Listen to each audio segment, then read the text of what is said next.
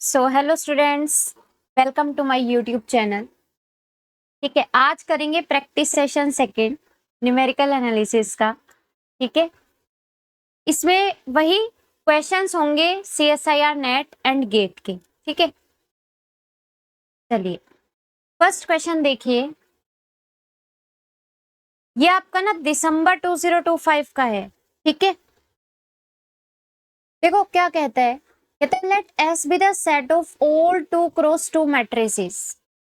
आपके पास ये आपको गिवन है। ठीक है, set of 2x2 matrices given है। आपको कहता है कि such that the iterative sequence generated by Gauss Seidel method. यहां पे ध्यान देना, गॉस सीडल मेथड इसने बोला है। ठीक है, converges for every initial guess. यहाँ पे ये कह रहा है कि ये आपका गॉस सीडल मेथड जो है ना, ये हर इनिशियल गैस के लिए कन्वर्ज कर रहा है to solve the system of equations. ठीक है, मतलब आपका ये जो सिस्टम आपको गिवन है ax इक्वल टू बी, इसके सॉल्यूशन को ये कन्वर्ज कर रहा है। आप कोई भी इनिशियल पॉइंट उठाते हो तो भी। ठीक है, अब देखो, आपको दो चीजें मैंने बताई थी। आपसे यहाँ पे मैट्रिक्स पूछ रहा है कि भाई वो आपके पास ए मैट्रिक्स जो हो सकती है वो इनमें से कौन सी हो सकती है। तो मैंने आपको दो चीजें बताई थी। क्या क्या? एक आपको बताया था स्ट्रिक्टली डायगोनली डोमिनेंट, है ना।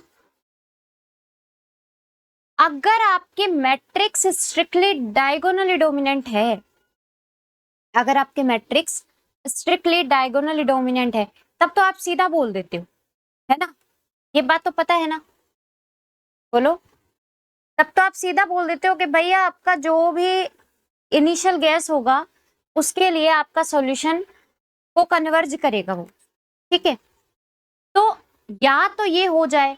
अगर ये नहीं होता तो यहां से हम ये नहीं बोल सकते कि हमारी सीक्वेंस है वो डाइवर्ज करेगी, नहीं। वहां से हम चेक करते हैं आइटरेटिव मैट्रिक्स को। अब वो जो आइटरेटिव मैट्रिक्स होती है उसका चेक करते हैं स्पेक्ट्रल रेडियस। अगर स्पेक्ट्रल रेडियस उसका लेस देन 1, तो आप बोलते हो कि आपकी सीक्वेंस ऑफ अप्रोक्सीमेशंस कन्वर्ज करती है to the solution of ax equal to B, है ना। यही चीज है। तो सबसे पहले आपको ये चेक करना है, सबसे पहले आपको ये चेक करना है। अगर ये नहीं होता है तो आप इस पे जाओगे। मतलब सबसे पहले जब आपको सोचना है कि आपका वो कन्वर्ज कर रहा है, तो आपके दिमाग में सबसे पहले स्ट्रिक्टली डायगोनली डोमिनेंट आना चाहिए। ठीक है, अब यहाँ पे इसको देखिएगा, मैट्रिक्स को सबसे पहले चेक करते हैं कौन कौन से स्ट्रिक्टली डायगोनली डोमिनेंट है। जो है उसको टिक करते जाएंगे, क्योंकि उसके लिए तो पक्का कन्वर्ज करेगा वो। इसको आप देखो, ये आपके पास है 4 1 2 3। आप देखोगे तो इसका जो ये 4 है, फर्स्ट रो का डायगोनल एलिमेंट, आप बचे हुए सारे एलिमेंट्स जो उस रो में आ रहे हैं उनके मॉडुलस के सम से बड़ा है। ठीक है, सेम तरीके से ये जो आपका डायगोनल वाला एलिमेंट है ये आपका इससे बड़ा है। इसका मतलब ये और ये दोनों के दोनों आपके सेटिस्फाई कर रहे हैं इस कंडीशन को। अगर सेटिस्फाई कर रहे हैं तो आपकी मैट्रिक्स स्ट्रिक्टली डायगोनली डोमिनेंट है ना। तो यहाँ पे सीधा बोल दोगे इसको कि इसके लिए तो पक्का कन्वर्ज करेगा। जब हम सेकंड मैट्रिक्स पे जाते हैं, सेकंड मैट्रिक्स आप देखोगे कि ये आपके स्ट्रिक्टली डायगोनली डोमिनेंट नहीं है।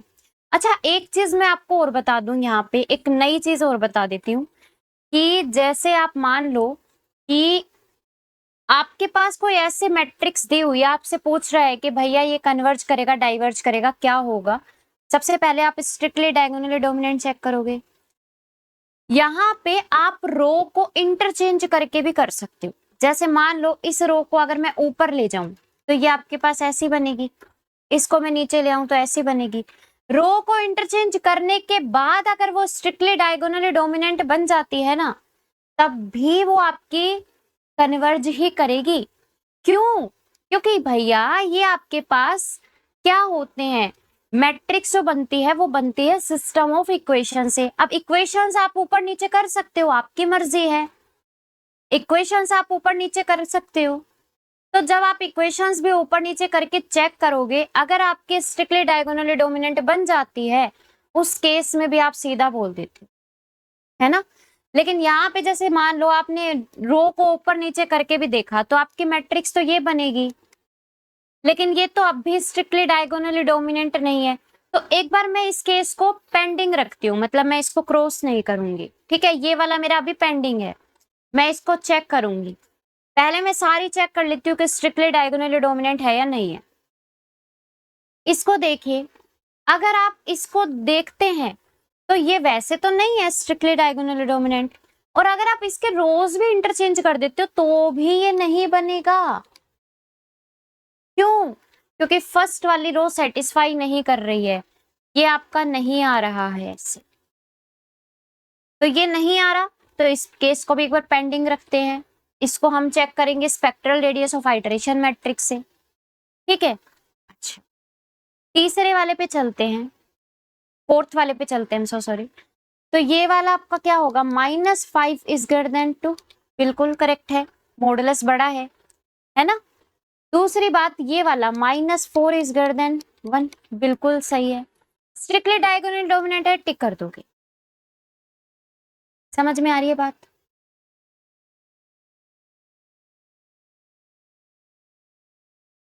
बोलो, ठीक है। तो यहां से ये तो पता चल गया कि चलो ये दो तो आपके पास स्ट्रिक्टली डायगोनल डोमिनेंट है, हमने इसको टिक कर दिया। अब चलते हैं इन दो ऑप्शंस। आपको इन दो ऑप्शंस के लिए चेक करना है spectral radius of the iteration matrix. अब आइटरेटिव मैट्रिक्स कैसे निकालते हो, गॉस सीडल वाला मेथड है। मैंने आपको सीधा बताया था कि जब भी आपके पास गॉस सीडल आए या गॉस जैकोबी आए, तो आपको हमेशा आइटरेशन मैट्रिक्स याद रखनी है। अब गॉस सीडल के केस में आइटरेशन मैट्रिक्स क्या होती है, गॉस सीडल के उसमें होती है L प्लस में D का इनवर्स इनटू में U, यही होती है। ये आपके आइटरेटिव मैट्रिक्स है, सही बात है ना। ये आपके आइटरेटिव मैट्रिक्स है, आपको ये कैलकुलेट करनी है बाय द गिवन मैट्रिक्स। ये आपके पास मैट्रिक्स है 1 2 3 4। इस मैट्रिक्स में सबसे पहले ये आपकी समझ लो ए मैट्रिक्स है, आप यहां से L निकालोगे। L आपके पास क्या आएगा, चलो L प्लस डी ही निकाल लेते हैं। L प्लस डी का मतलब है कि आपके पास लोअर ट्रायंगुलर प्लस में डायगोनल रहेगी, है ना, लोअर ट्रायंगुलर प्लस में डायगोनल रहेगी। दूसरी बात, अगर आप अपर की बात करोगे तो ये आपके पास अपर यानी स्ट्रिक्टली अपर की बात करता है ये, ठीक है, क्योंकि डायगोनल एंट्रीज के लिए अलग से एक मैट्रिक्स होती है। तो ये आपके पास ऐसी होगी, ये आपकी L प्लस डी है।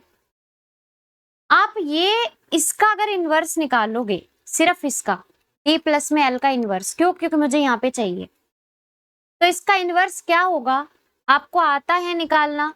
इनवर्स आप निकालते हो तो इसका एक तो डिटर्मिनेंट निकालोगे, तो डिटर्मिनेंट इसका 4 आएगा।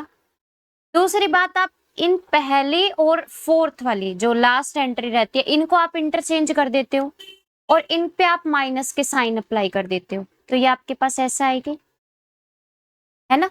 तो ये तो आपके पास आ गई D प्लस में L का इनवर्स।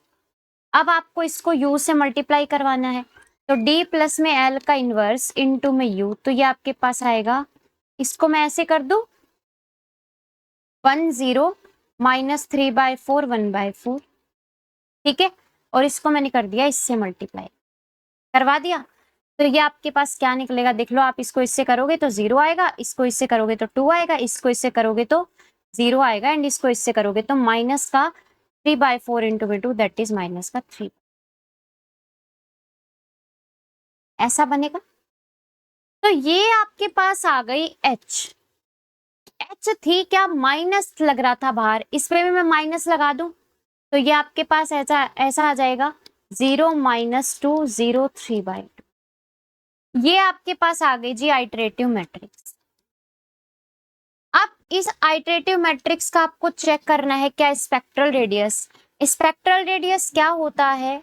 स्पेक्ट्रल रेडियस आपका जो eigen value, maximum eigen value जो होती है मॉडुलस में, वो ही आपका स्पेक्ट्रल रेडियस होता है। इसके आइगन वैल्यूज मेरे पास दो आ रही है, 0 एंड 3/2, है ना। 0 एंड 3/2 इसकी दो आइगन वैल्यूज आ रही है, एंड मैक्सिमम आइगन वैल्यू है 3/2। ठीक है, तो इसका मतलब ये तो आपका जो स्पेक्ट्रल रेडियस है वो आपके पास क्या होगा, ग्रेटर देन 1 हो गया, और ग्रेटर देन 1 होगा तो डाइवर्ज कर गया। आप देखो, तो ये आपका अगर डाइवर्ज कर रहा है, ये अगर डाइवर्ज कर रहा है तो ये आपके पास इसके लिए तो डाइवर्ज करेगा, तो इस ऑप्शन को तो मैं गलत कर दूं, नहीं क्या? तो ये वाला गलत हो गया। अब चलते हैं थर्ड ऑप्शन पे। थर्ड ऑप्शन आपके पास ये बोल रहा है, अगेन इसके लिए क्या निकालोगे, सेम प्रोसेस से spectral radius of the iterative matrix. मैं यहीं पे निकाल के बता दूं, देखिएगा।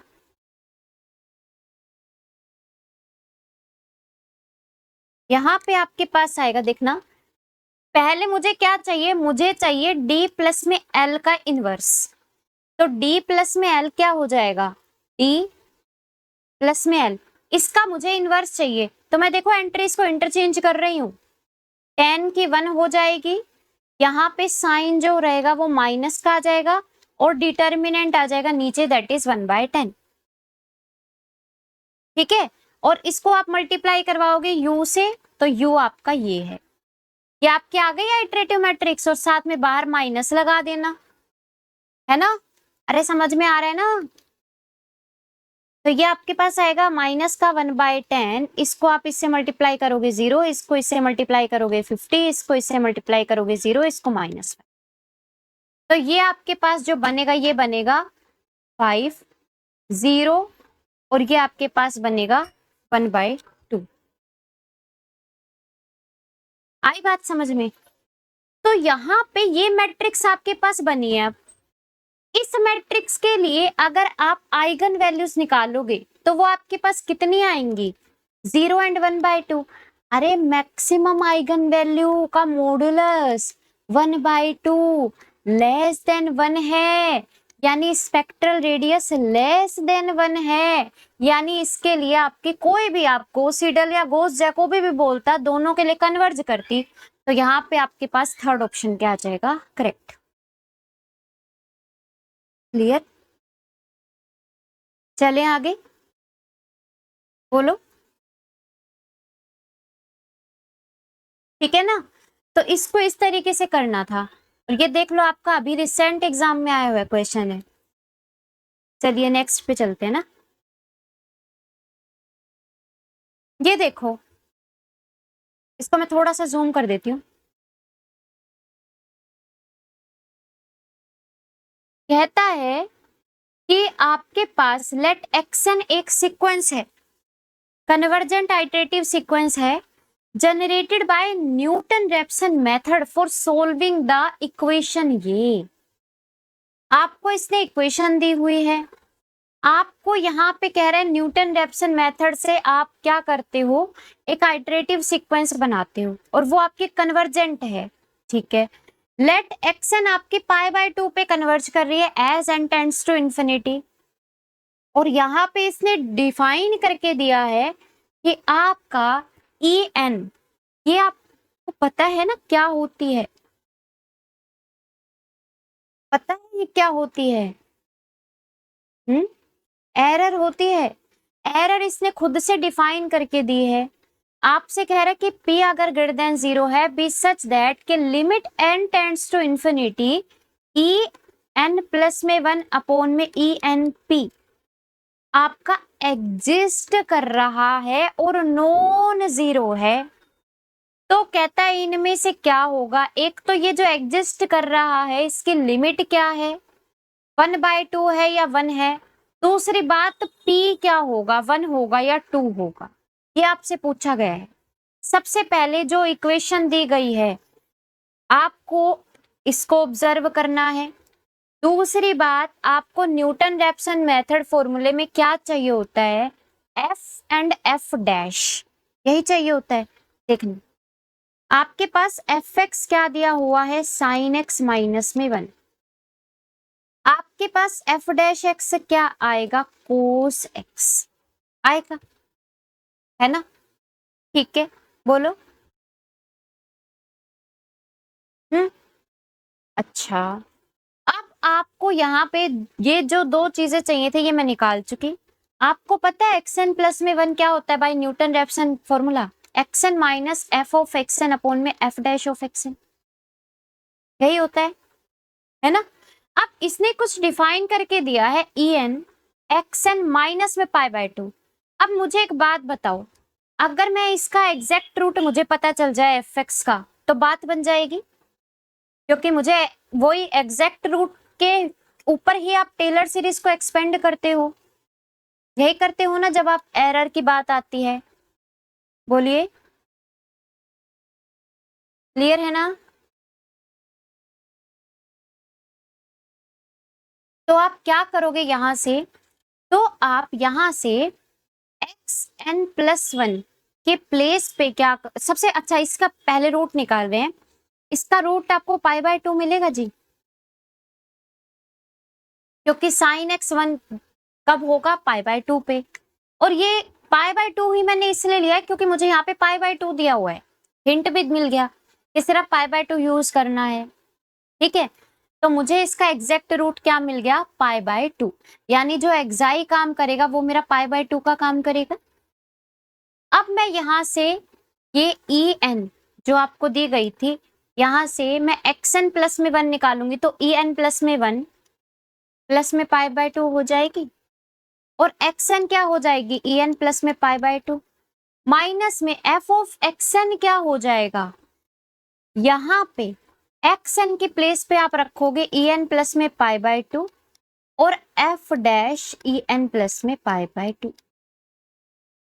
पाई बाय 2 से तो पाई बाय 2 कैंसिल हो जाएगा, ई एन प्लस 1 में आपके पास आ जाएगा ई एन माइनस में f of E N plus में pi by 2 f dash E N plus में पाई बाय 2। अब यहाँ पे आप सेम काम करते हो टेलर सीरीज एक्सपेंड करने का, जैसे हम ऑर्डर ऑफ कन्वर्जेंस निकालते थे वहां पे करते थे, सेम काम यहाँ पे करोगे, है ना। तो ऑर्डर ऑफ कन्वर्जेंस निकालते थे तो यहाँ पे हम टेलर सीरीज लगाते थे, तो यहाँ पे टेलर सीरीज लगा दो। पहले मैं निकालती हूँ ई एन प्लस में पाई बाय 2, तो ये आपको क्या मिलेगी, f of pi by 2 plus में E N f dash of pi by 2 plus में ई एन स्क्वायर अपॉन में 2 f double dash of pi by 2 and so on to. Same तरीके से f of f dash E N plus में pi by 2 चाहिए, तो आपके बाद derivatives के ऊपर काम कर जाएगा सब कुछ, यानी f dash pi by 2 plus में E N F double dash pi by 2 plus में ई एन स्क्वायर अपॉन में 2 f triple dash pi by 2 and so on to, यही आएगा। अब देखो ये वाली चीज जो है ये तो आपकी क्या हो जाएगी, 0। क्यों, क्योंकि एफ का तो एग्जैक्ट रूट पाई बाय 2 है, सही बात है। तो ये तो मैंने कर दी 0। आपके पास क्या बचा, यहाँ पे F of E N plus में पाई बाय 2 आपके पास आया ये। यहाँ पे देखो एफ डैश पाई बाय 2 जब आप करेंगे, एफ डैश पाई बाय 2 यहाँ पे पाई बाय 2 रखोगे 0 मिल जाएगा, तो ये तो आपका क्या आ गया, 0। बोलो,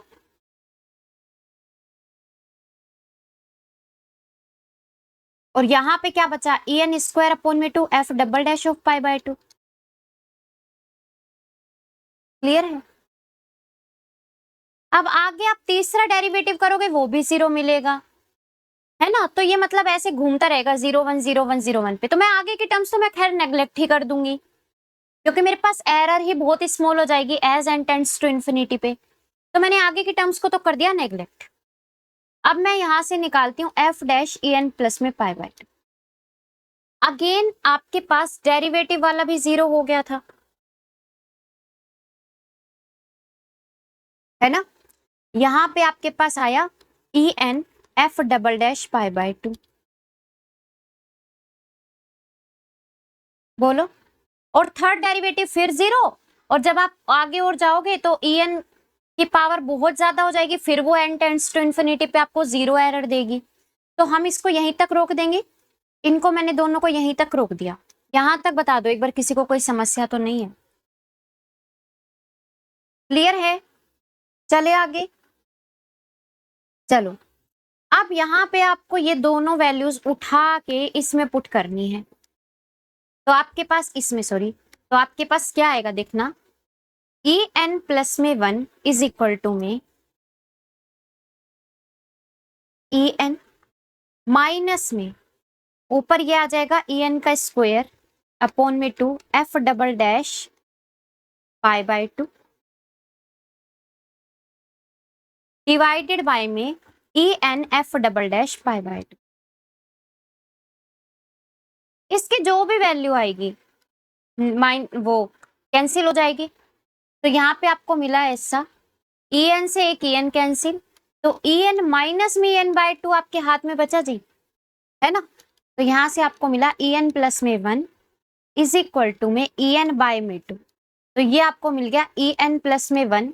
अब देखो एक चीज और, क्योंकि as limit n tends to infinity पे हमने आगे की टर्म्स को नेग्लेक्ट किया था, मतलब ये जो काम चलता हुआ आ रहा है ये limit n tends to infinity पे चलता हुआ आ रहा है।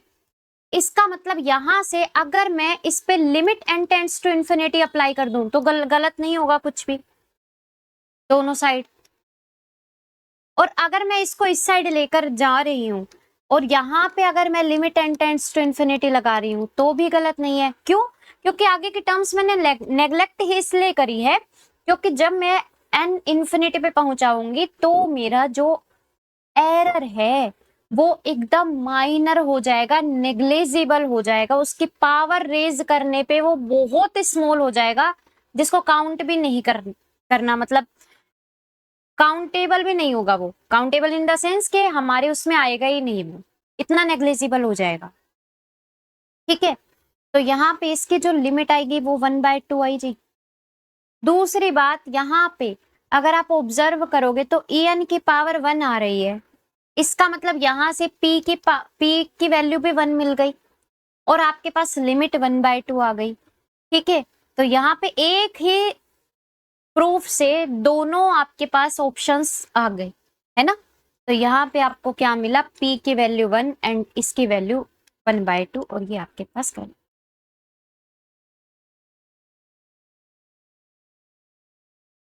क्लियर है जी? नेक्स्ट पे चले। ये दोनों क्वेश्चंस आपके दिसंबर के थे। ठीक है, एक और क्वेश्चन आया था जो कि इंटरपोलेशन पे आया था, वो जब इंटरपोलेशन वाला करेंगे तब करेंगे। ठीक है, तो ये आपके पास सेकंड क्वेश्चन था। आगे चलते हैं। ये देखो जो मैं आपको बता रही थी, सेम क्वेश्चन जैसा हम फर्स्ट करके आए हैं, same as it is. And ये आपको मैं बता दूं, ये आपका मे भी शायद जून 2023 का क्वेश्चन है। ठीक है, समझ में आ रही है बात? एंड सेम आपके पास जैसा फर्स्ट क्वेश्चन है, ये आपका होमवर्क है, ये आप खुद से करोगे, ये आप खुद से ट्राई करोगे। मैंने बता दिया है आपको कैसे करना है। सबसे पहले डायगोनली डोमिनेंट यानी स्ट्रिक्टली डायगोनली डोमिनेंट करनी है। जो भी मैट्रिक्स आएगी स्ट्रिक्टली डायगोनली डोमिनेंट, उसको आप टिक करोगे। जो नहीं आएगी उसके लिए आप आइटरेटिव मैट्रिक्स निकालोगे। गॉस सीडल मेथड की आइटरेटिव मैट्रिक्स आपको पता होनी चाहिए एंड उसका स्पेक्ट्रल रेडियस चेक करोगे। स्पेक्ट्रल रेडियस अगर लेस देन 1 तो कन्वर्जेंट और ग्रेटर देन इक्वल टू 1 तो डाइवर्जेंट। ठीक है, तो ये आपका होमवर्क है, ये आप खुद से ट्राई करो। मैं चलती हूँ नेक्स्ट पे। अगला देखिएगा, कुछ नहीं, सेम फिर से वही घुमा फिरा के क्वेश्चन कहता है कि ए आपके पास इन्वर्टिबल मैट्रिक्स है विद रियल पॉजिटिव एंट्रीज ही, और आपको कहता है G be the associated Gauss Seidel iteration matrix, यानी जी आपको एच दी हुई है, यानी आइट्रेटिव मैट्रिक्स दी हुई है। और आपको पता है गॉस सीडल के लिए आइटरेटिव मैट्रिक्स क्या होती है? गॉस सीडल के लिए आइटरेटिव मैट्रिक्स तो ये होती है। आपको ये अगर मिल जाए तो आपको क्या कह रहा है कि what are the two eigen values of G. मतलब आइटरेशन मैट्रिक्स निकलवा रहा है और उसके आइगन वैल्यूज के बारे में पूछ रहा है ना।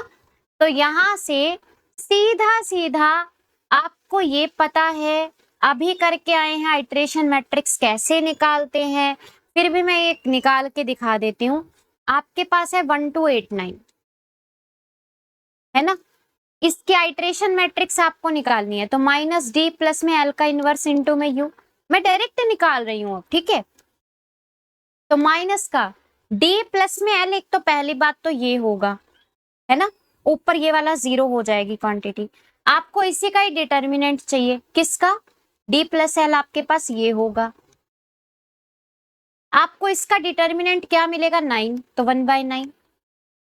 इसका इनवर्स क्या मिलेगा? 1 अपॉन में डिटर्मिनेंट और एडजॉइंट क्या आएगा? इसको आप क्या करते हो, इसको तो आप कर दोगे ऐसे और यहां पे साइन कर दोगे चेंज। ये इनवर्स आ गया। इनटू में आप यू निकालोगे, यू आपकी होगी ये, कैलकुलेट कर लो इसको। यही आपके पास गॉस सीडल की आइटरेशन मैट्रिक्स आ जाएगी। माइनस का 1/9, इसको इससे करवाओगे 0, इसको इससे करवाओगे 18, इसको इससे करवाओगे 0, इसको इससे करवाओगे 16। तो ये आपको मिलेगी 0 माइनस का 2, 0 एंड 16/9, है ना। यही मिलेगी। इसकी आइगन वैल्यू सीधी सीधी दिख रही है।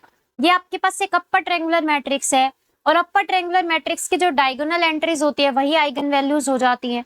तो इसके आइगन वैल्यू 16/9 एंड 0 आ जाएंगे। तो आइटरेटिव मैट्रिक्स की आइगन वैल्यूज निकलवाई थी तो 0 एंड 16/9। तो ये आपके पास थर्ड ऑप्शन सही है, बाकी के गलत है। चले आगे, ठीक है। ये देख लो, आसान क्वेश्चन था एकदम। इस क्वेश्चन को देखिएगा, ये थोड़ा सा समझना, इसको ग्राफिकली भी समझेंगे थोड़ा, ठीक है। एक्चुअली ये फिक्स्ड पॉइंट आइटरेशन का क्वेश्चन है, ठीक है। ये हमारा मिस हो गया था इसलिए मैंने इसमें ऐड कर दिया। देखिए कह रहा है fix A belongs to 0 to 1। आपको कह रहा है कि ये ए है, ये आपका 0 से 1 में कोई एक नंबर है, ठीक है। Consider the iteration defined by X K plus में 1 is equal to half X K square plus में ए, वेयर के आपका 0, 1, 2 एंड सो ऑन टू जा रहा है। The above iteration has two distinct fixed point gamma xi1 and xi2। कहता है ये जो आपको गिवन है इसके पास दो फिक्स्ड पॉइंट्स हैं, एक xi1 एक xi2। कहता है xi1 जो है वो तो आपका 0 से बड़ा 1 से छोटा है, लेकिन xi2 है वो 1 से बड़ा है। मतलब आपको ये जो इसके फिक्स्ड पॉइंट्स दिए हुए हैं वो उसको उसने लोकेशन बता दी कि भाई एक तो 0 से 1 के बीच में आएगा, दूसरा 1 से बड़ा रहेगा। तो आपसे पहले दो ऑप्शंस में इसने एक रिलेशन बना के दिया है और आपसे पूछ रहा है क्या वो रिलेशन इसके इक्वल होगा क्या। The iteration is equivalent to the recurrence relation, इसके या फिर इसके इक्वल होगा क्या। आपको कुछ नहीं करना, सबसे पहले आप क्या करोगे, आपको पता है इसके फिक्स्ड पॉइंट्स निकल कर आए हैं xi1 और xi2, है ना। तो यहां पे मैं क्या करती हूं, सबसे पहले मुझे ये गिवन है,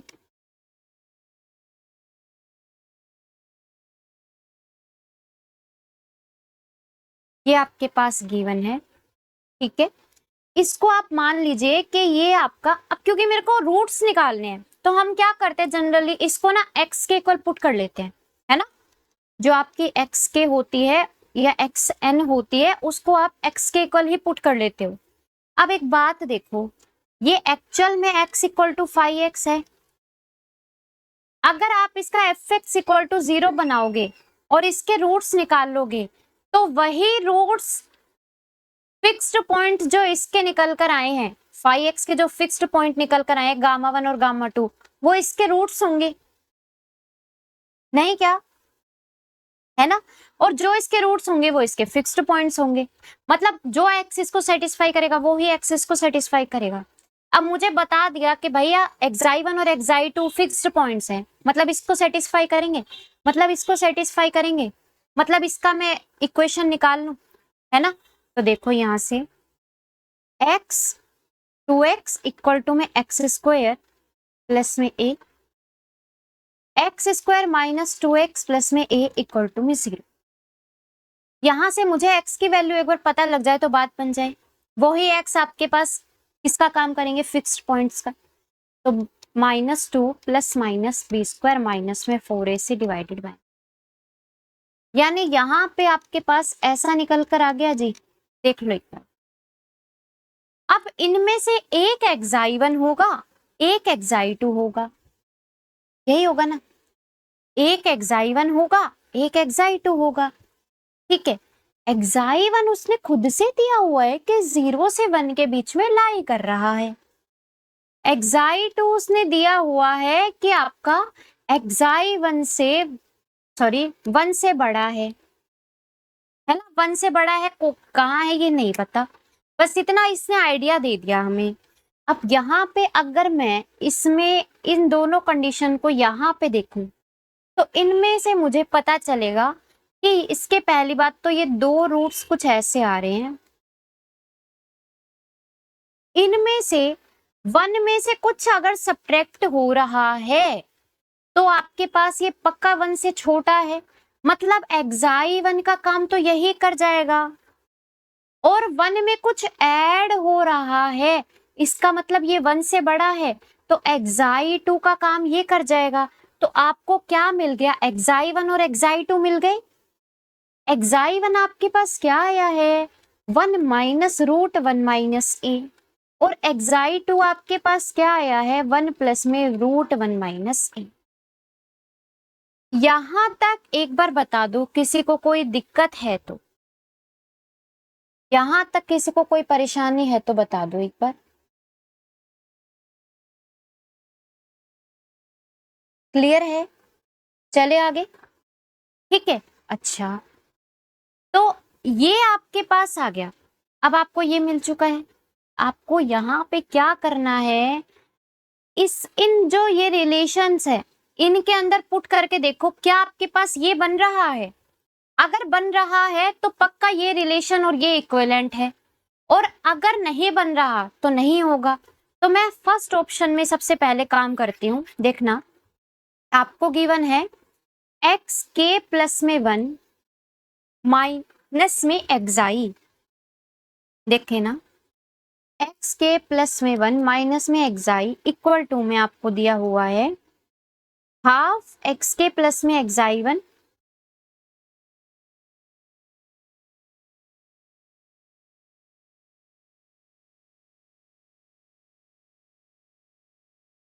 माइनस में xi1,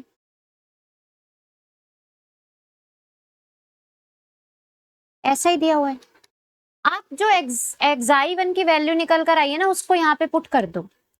तो यहाँ पे सबसे पहले लेफ्ट हैंड साइड देखो क्या बन रही है, लेफ्ट हैंड साइड आपके पास बन रही है एक्स के प्लस में 1 माइनस में xi1। xi1 क्या है, xi1 था 1 माइनस रूट 1 माइनस ए,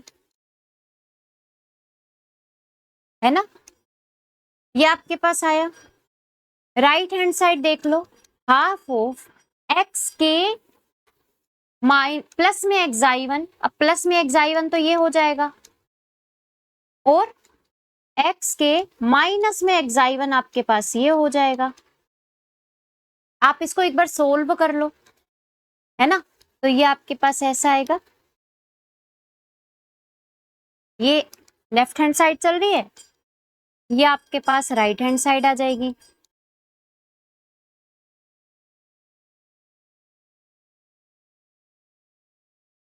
ऐसा है ना, x के प्लस में 1 minus root 1 minus A half of X K square as it is, इसको ओपन कर लो, ए स्क्वायर प्लस में बी स्क्वायर, तो माइनस हो जाएगा 1 माइनस ए, ठीक है, और माइनस का 2 तो माइनस एक बाहर भी था तो प्लस का हो जाएगा, प्लस 2 रूट 1 माइनस ए, ये आपके पास बना है अंदर, है ना। हमें चेक करना है कि हमें जो गिवन जो क्वेश्चन के अंदर रिलेशन है क्या वैसा ही बन रहा है क्या ये।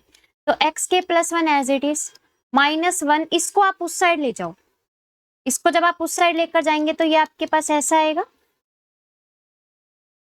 माइनस आएगा यहाँ पे, है ना। प्लस में half of X K square अंदर रखो, ए भी अंदर रखो, क्यों, क्योंकि मुझे रिलेशन में ए अंदर गिवन है। अब जो बाहर है एक्स्ट्रा की चीजें उनको मैं बाहर निकाल देती हूँ। अब जैसे 1 और -1, -1 और -1 -2, ये आपका 2 से डिवाइड होके माइनस का 1 बाहर आ जाएगा, और ये भी आपका 2 से डिवाइड होके प्लस का 1 बाय रूट 1 माइनस से बाहर आ जाएगा।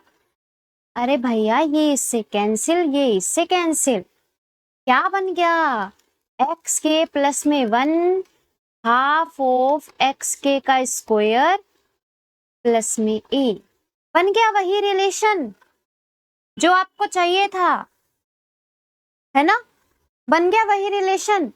तो ये बिल्कुल आपको जो ये दिया गया था ये इक्विवेलेंट था किसके, जो आपको गिवन था उसके, तो ये वाला आप करेक्ट कर दोगे। सेम तरीके से आप इसको निकाल के चेक करोगे खुद से, ये आपका होमवर्क है, आप इसको खुद से चेक करोगे निकाल के कि क्या ये रिलेशन इक्विवेलेंट है, ठीक है, ये आपका होमवर्क है। अच्छा, अब मैं चलती हूँ थर्ड एंड फोर्थ ऑप्शन पे, इसको थोड़ा ध्यान से समझना।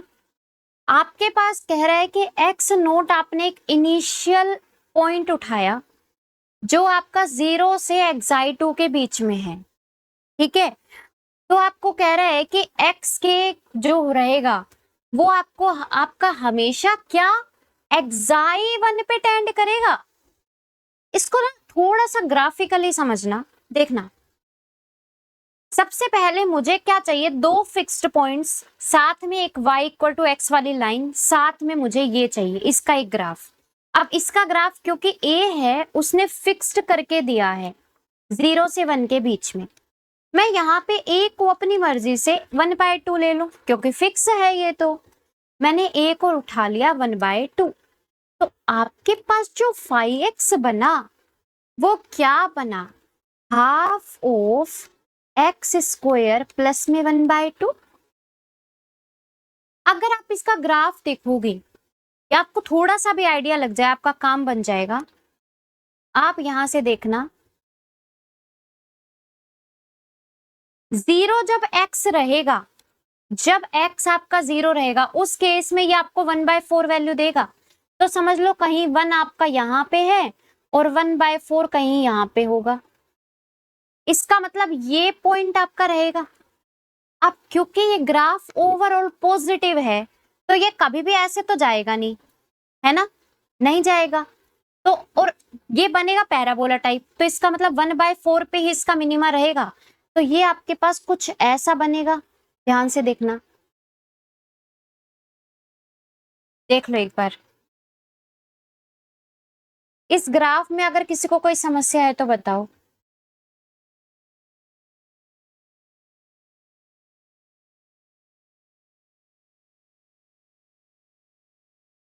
सही है ना, ठीक है। अच्छा, अब मैं y इक्वल टू एक्स वाली लाइन बना दूं, तो y इक्वल टू एक्स वाली लाइन कुछ ऐसी जाएगी, ऐसे जाएगी।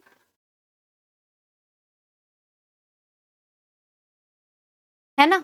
अच्छा, ये और देख लेना कि यहाँ पे X Y equal to X वाली लाइन और ये जो ग्राफ है ये कहाँ पे टच करेंगे, और ये आपको पता ही है कहाँ पे टच करेंगे, 2 फिक्स्ड पॉइंट जो निकाले उन पे टच करेंगे। अब फिक्स्ड पॉइंट क्या निकल कर आए थे, फिक्स्ड पॉइंट निकल कर आए थे एक तो ये और एक ये।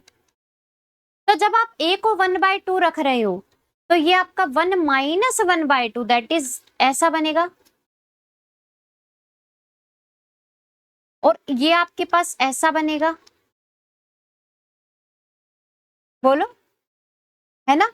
तो एक तो आपके पास आएगा 1 माइनस, तो ये तो आपके पास रहेगा 1 माइनस 1/√2, ये आपका रहेगा 1 प्लस में 1/√2, और यहाँ पे कहीं आपका 1 रहेगा, समझ लो ये आपका 1 रहेगा, यही बनेगा, सही है। अब देखिएगा, आपसे जो इसने बोला है, क्या बोलता है, कहता है कि अगर आप 0 से xi2 के बीच में कोई भी एक पॉइंट उठाते हो, तो क्या आपका हमेशा xi1 पे ही जाके वो x के टेंड करेगा। आपने 0 ये है, xi2 ये है, इनके बीच में कोई भी पॉइंट उठा लो, मैं आपको थोड़ा सा जूम करके दिखा देती हूँ। मान लो आपने ये जो फिक्स्ड पॉइंट आ रहे हैं 2, इनसे परे कोई पॉइंट उठा लिया, ये वाला। अब आप देखो, ये वाला पहले ग्राफ पे जाता है, फिर लाइन पे जाएगा। अब लाइन इस साइड तो नहीं है, इस साइड है, तो आप इस पे जाओगे, फिर आप ग्राफ पे जाओगे। आप ऑब्जर्व कर रहे हो, देखो मैं आपको दिखा रही हूँ। फिर ये आप इस पे जाओगे, फिर ऐसे इस पे टेंड कर रहे हो आप जाके।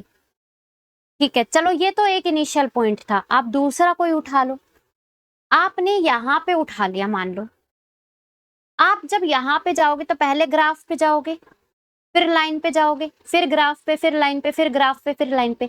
आप जिगजैग करते हुए इसी पॉइंट पे कन्वर्ज कर रहे हो दोबारा से। कोई बात नहीं, आप यहाँ पे कोई पॉइंट उठा लो। आपने यहाँ से पॉइंट उठाया, आप पहले ग्राफ पे जाओगे। अब लाइन इस साइड तो नहीं है, इस साइड जाओगे, फिर नीचे ग्राफ पे, फिर लाइन पे, फिर ग्राफ पे, फिर लाइन पे, फिर ग्राफ पे। ऐसे करते करते करते आप फिर से इसी पॉइंट को कन्वर्ज कर रहे हो। मतलब आपने कोई भी इनिशियल पॉइंट उठाया, आप हमेशा xi1 को ही टेंड कर रहे हो। इसका मतलब ये जो ऑप्शन है ये करेक्ट होगा। बात क्लियर है, कोई डाउट तो नहीं है, बोलो।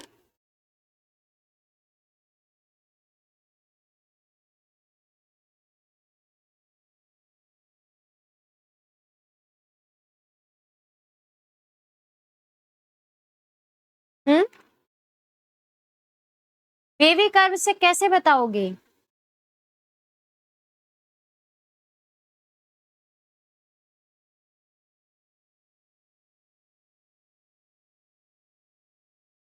ऊपर बढ़ गया तो ग्राफ से लाइन, हम्म, कहाँ पे मतलब।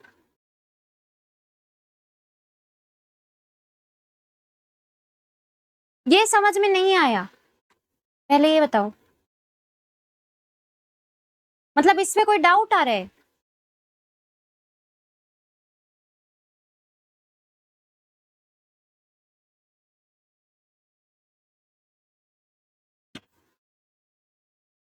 रिपीट करें, देखो कुछ भी नहीं किया, एक बार मैं दोबारा से इसका ग्राफ आ गया समझ में कैसे बनाना है। पहले ये बताओ, मैं एक बार थोड़ा सा और बता देती हूँ, देखना समझ लो। समझ लो ये आपका पॉइंट है, ये आपका 1/4 है, आपका ग्राफ कुछ ऐसा बनेगा, ठीक है। और ये समझ लो आपके y = x वाली लाइन रही, कुछ ऐसे ही समझ लो। थोड़ा सा ग्राफ को ऐसे ले लो,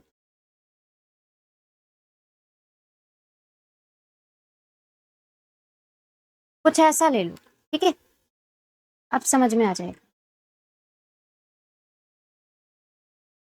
और ये समझ लो y = x वाली लाइन है। ये जस्ट मैंने आपको समझाने के लिए लिए है, ठीक है, ताकि आपको थोड़ा सा डिफरेंस दिख जाए यहाँ से। अब देखो मैं इसको जूम करके दिखा रही हूँ, ये दो फिक्स्ड पॉइंट बनेंगे, एक बार देख लो इनको। यहां तक आइडिया लग गया, ग्राफ ग्राफ में तो किसी को कोई दिक्कत नहीं है। अच्छा,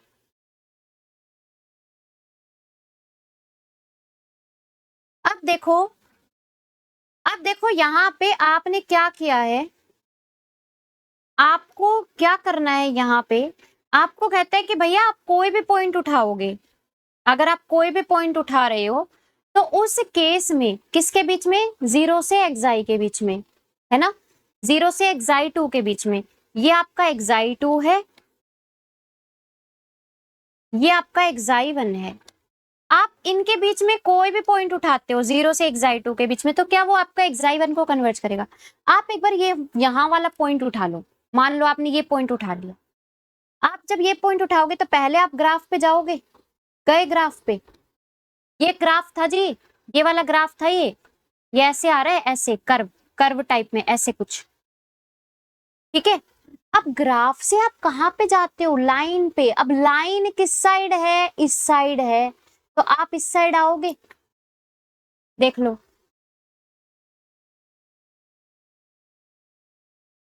बोलो।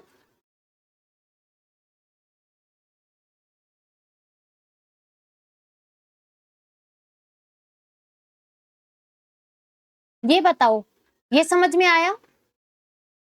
आप पहले ग्राफ पे जाओगे फिर लाइन पे जाओगे, तो पहले आप ग्राफ पे गए, अब लाइन पे तो इस साइड ही आना पड़ेगा, राइट साइड ही आना पड़ेगा, लेफ्ट साइड तो नहीं है कोई लाइन, तो आप यहाँ पे आए, फिर आप वापस से ग्राफ पे जाओगे, तो आप ग्राफ पे ऊपर गए, फिर लाइन पे आओगे, तो ये ऐसे करता करता करता इसी पॉइंट को ही तो कन्वर्ज कर रहा है। और ये पॉइंट है कौन सा, xi1, कर रहा है या नहीं कर रहा। सेम तरीके से आप मान लो आपने यहाँ पे कोई पॉइंट उठा लिया, आप इससे जाओगे किस पे, लाइन पे, सॉरी ग्राफ पे, ग्राफ से आप लाइन पे गए, अब लाइन किस साइड है, इस साइड है, फिर आप ग्राफ पे आओगे, फिर लाइन पे, फिर ग्राफ पे, फिर लाइन पे, अरे अगेन आप इसी पॉइंट को कन्वर्ज कर रहे हो। चलो मान लो आपने यहाँ पे कोई पॉइंट उठा लिया, आप इससे कहाँ पे आओगे, इससे आप फिर से ग्राफ पे आओगे, फिर लाइन पे आओगे, अब लाइन इस साइड है, फिर ग्राफ पे आओगे, फिर लाइन पे आओगे, फिर ग्राफ पे आओगे, फिर लाइन पे आओगे, फिर ग्राफ पे, यहीं पे तो आपके कन्वर्ज कर रहे हो। मतलब आपने कोई भी इनिशियल पॉइंट उठाया 0 से xi2 के बीच में, वो हमेशा कन्वर्ज कर रहा है।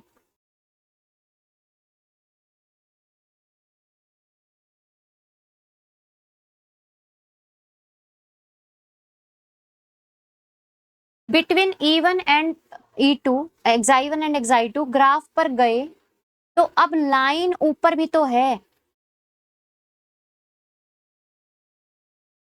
नहीं नहीं, ऊपर नहीं जाओगे, पहले ग्राफ पे ही जाना है, और लाइन से ऊपर नहीं जाओगे, क्योंकि ऊपर अगर गए, समझ लो आप, चलो ऊपर चले गए, मान लो ऊपर चले गए, फिर क्या करोगे, आप पहले ग्राफ पे आओगे, फिर आप लाइन पे आओगे, फिर ग्राफ पे जाओगे, तो आप ऐसे थोड़ी ना जाओगे, नहीं नहीं, ऐसा नहीं करना है।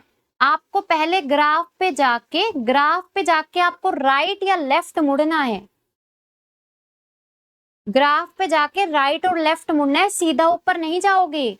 अगर सीधा ऊपर चले गए, इसका मतलब आप ग्राफ को ऑब्जर्व ना करते हुए एक्स लाइन को ऑब्जर्व कर रहे हो, नहीं, पहले आपको ग्राफ पे जाना है। ग्राफ पे और ये जो y=x वाली लाइन है, ये कहाँ पे मीट करती है, वो कॉमन पॉइंट तो ये है ना, वो कॉमन पॉइंट आपके हाथ में होना चाहिए। अगर आप ऊपर चले गए तो यहाँ पे कॉमन पॉइंट थोड़ा ना निकलेगा, इसका पॉइंट अलग है, इसका पॉइंट अलग है, नहीं मैच ही नहीं हो रहे, x=5x वाली कंडीशन तो फेल ही कर गई। बात समझ में आई।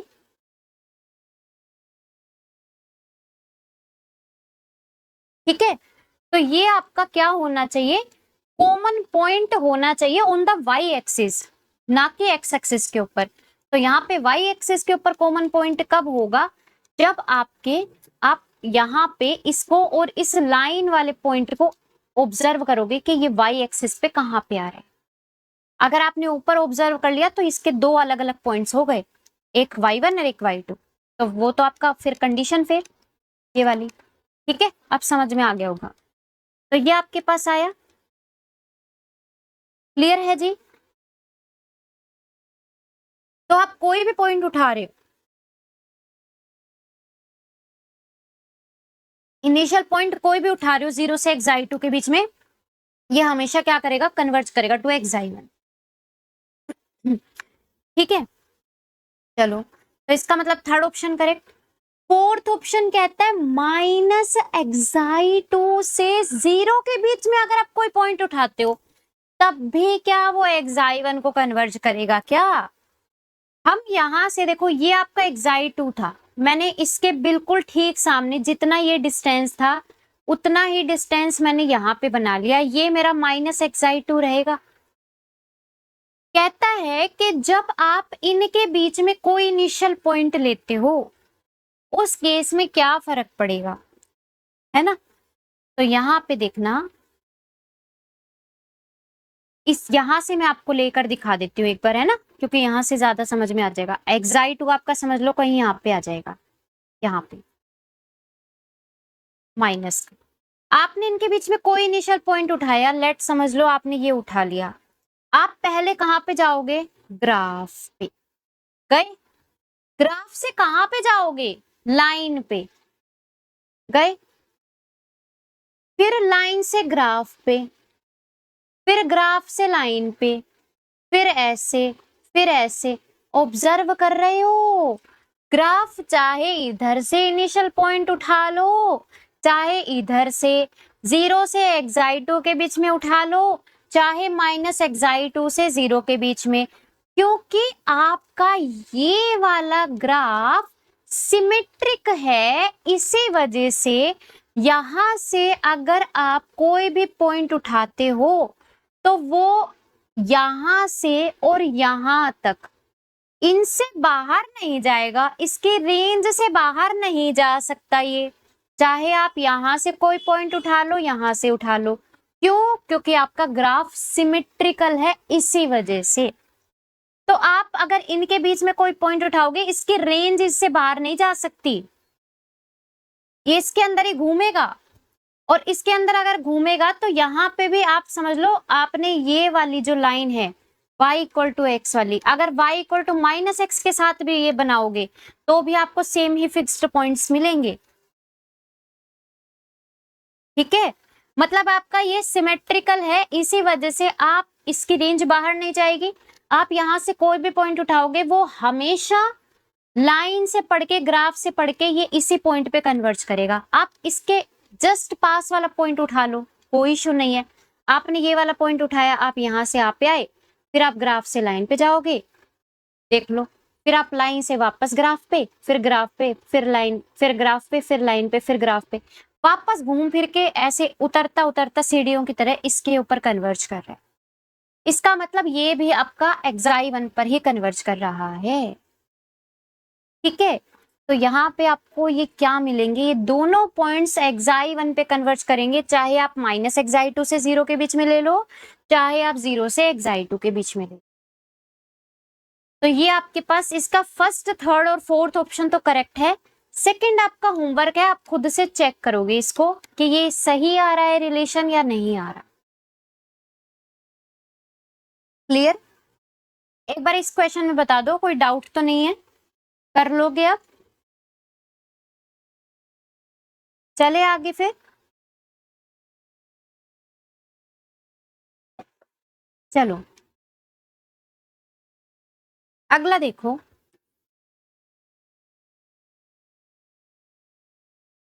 कहता है कंसिडर द आइट्रेशन, ये आपको आइट्रेशन दी हुई है, ठीक है, for given x not is non zero, ठीक है, n is greater than equal to zero, ठीक है।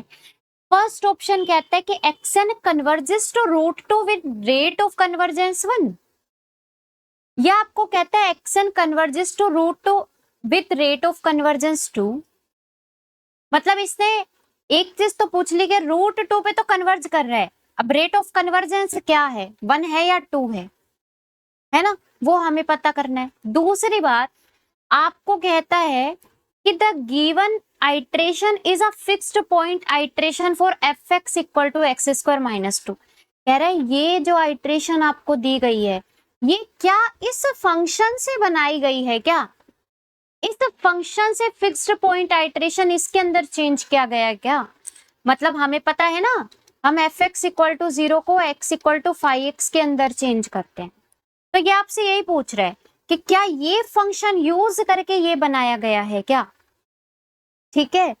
दूसरी फोर्थ ऑप्शन में आपसे कहता है कि the given iteration is Newton Raphson method आएगा यहाँ पे for f x equal to x square minus two. कह रहा है कि जो गिवन आइट्रेशन है न्यूटन मेथड के लिए, अगर हम न्यूटन रेफसन मेथड के लिए एफ एक्स निकाले तो वो क्या ये होगा क्या, मतलब एफ एक्स आपके एक्स स्क्वायर माइनस टू होगा क्या इसके लिए।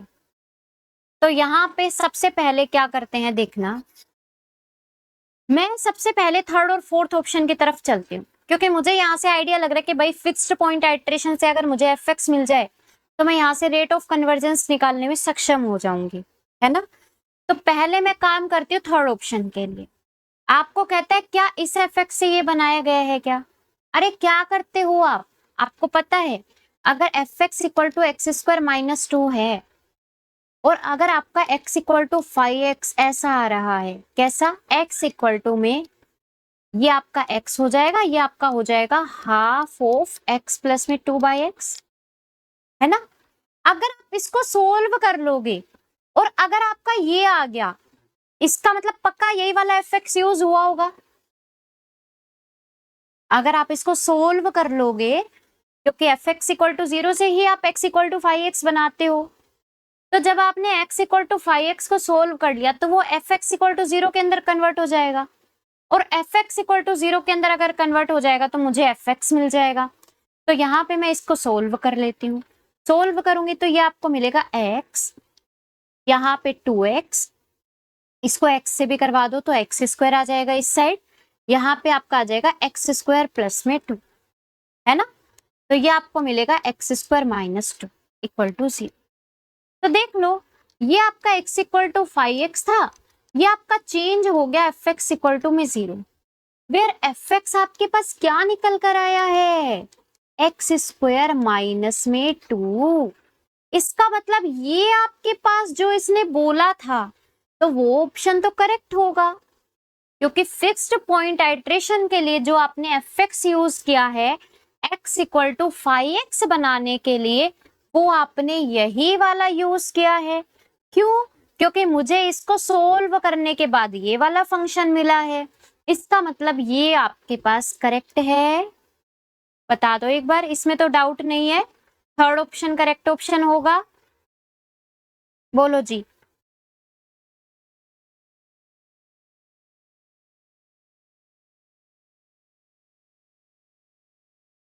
क्लियर है क्या, चले आगे।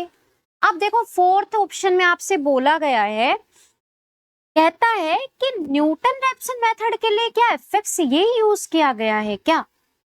आपको एक चीज पता है कि आपके पास न्यूटन रैप्सन मेथड के लिए फॉर्मूला क्या होता है, ये होता है फॉर्मूला,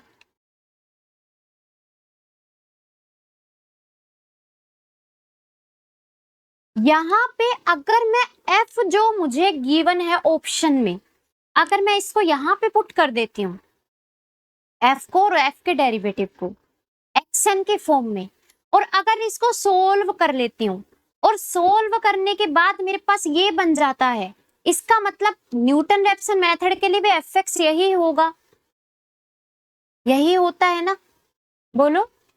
अरे न्यूटन रैप्सन मेथड में जो आपका फॉर्मूला है उसमें एफ एक्स पूछ रहा है कि एफ एक्स क्या यूज किया गया होगा, तो मेरे को क्या करना है, यहाँ से न्यूटन रैप्सन मेथड का मैंने फॉर्मूला लिखा, मुझे वहां से एक एफ एक्स एन जो है वो यहाँ से अगर मैं पुट कर दूं उठा के एफ डैश एक्स एन, यानी इसका डेरिवेटिव अगर पुट कर दूं यहाँ पे और इसको सोल्व कर लूं, लेफ्ट हैंड साइड अगर मेरी equal, sorry right hand side अगर मेरी इक्वल आ गई इसके, तो इसका मतलब मेरे पास एफ एक्स से सेटिस्फाई कर जाएगा न्यूटन रैप्सन मेथड को, है ना, ये वाला इटरेशन ही निकल कर आएगा। तो मैंने यहाँ पे क्या किया, एफ एक्स आपको दिया गया था एक्स स्क्वायर माइनस 2, मैंने इसका निकाला डेरिवेटिव, तो ये आपके पास आएगा 2x, इसको xn के फॉर्म में अगर आप पुट करेंगे यहाँ पे तो xn प्लस में 1 आपके पास क्या आएगा, xn माइनस में f ऑफ xn बोले तो xn का स्क्वायर माइनस में 2 डिवाइडेड बाय में f डैश xn यानी 2 ऑफ xn, xn प्लस में 1 आपका लेफ्ट हैंड साइड चल रहा है xn माइनस में, इनको आप अलग अलग कर सकते हो, इनको आप अलग अलग करेंगे तो xn/2 माइनस में 1/xn मिलेगा। इसको आप ओपन कर दीजिए ब्रैकेट को, तो ये आपके पास ऐसा मिलेगा। एंड यहां से ये आपको सब्ट्रैक्ट किया तो xn/2 मिला, प्लस में 1 में xn मिला।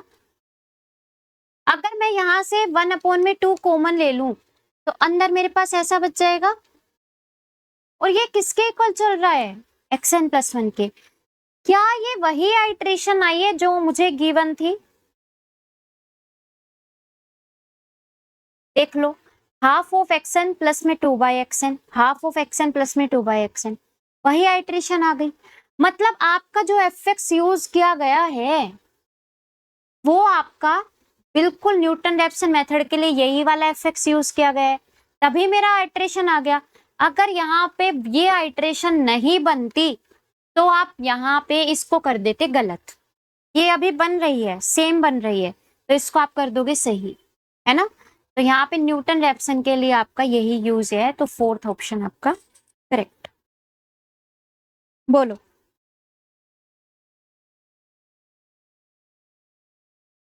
क्लियर।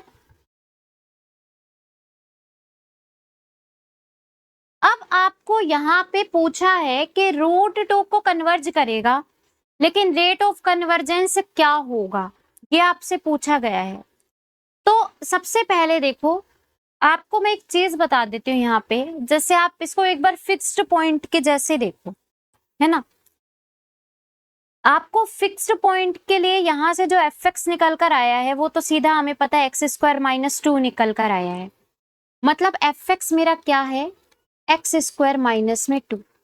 फाई मेरा क्या है, फाई मेरा है हाफ ऑफ x प्लस में 2/x। पहले मुझे ये तो पता चल जाए कि ये रूट 2 को तो कन्वर्ज कर रहा है क्या।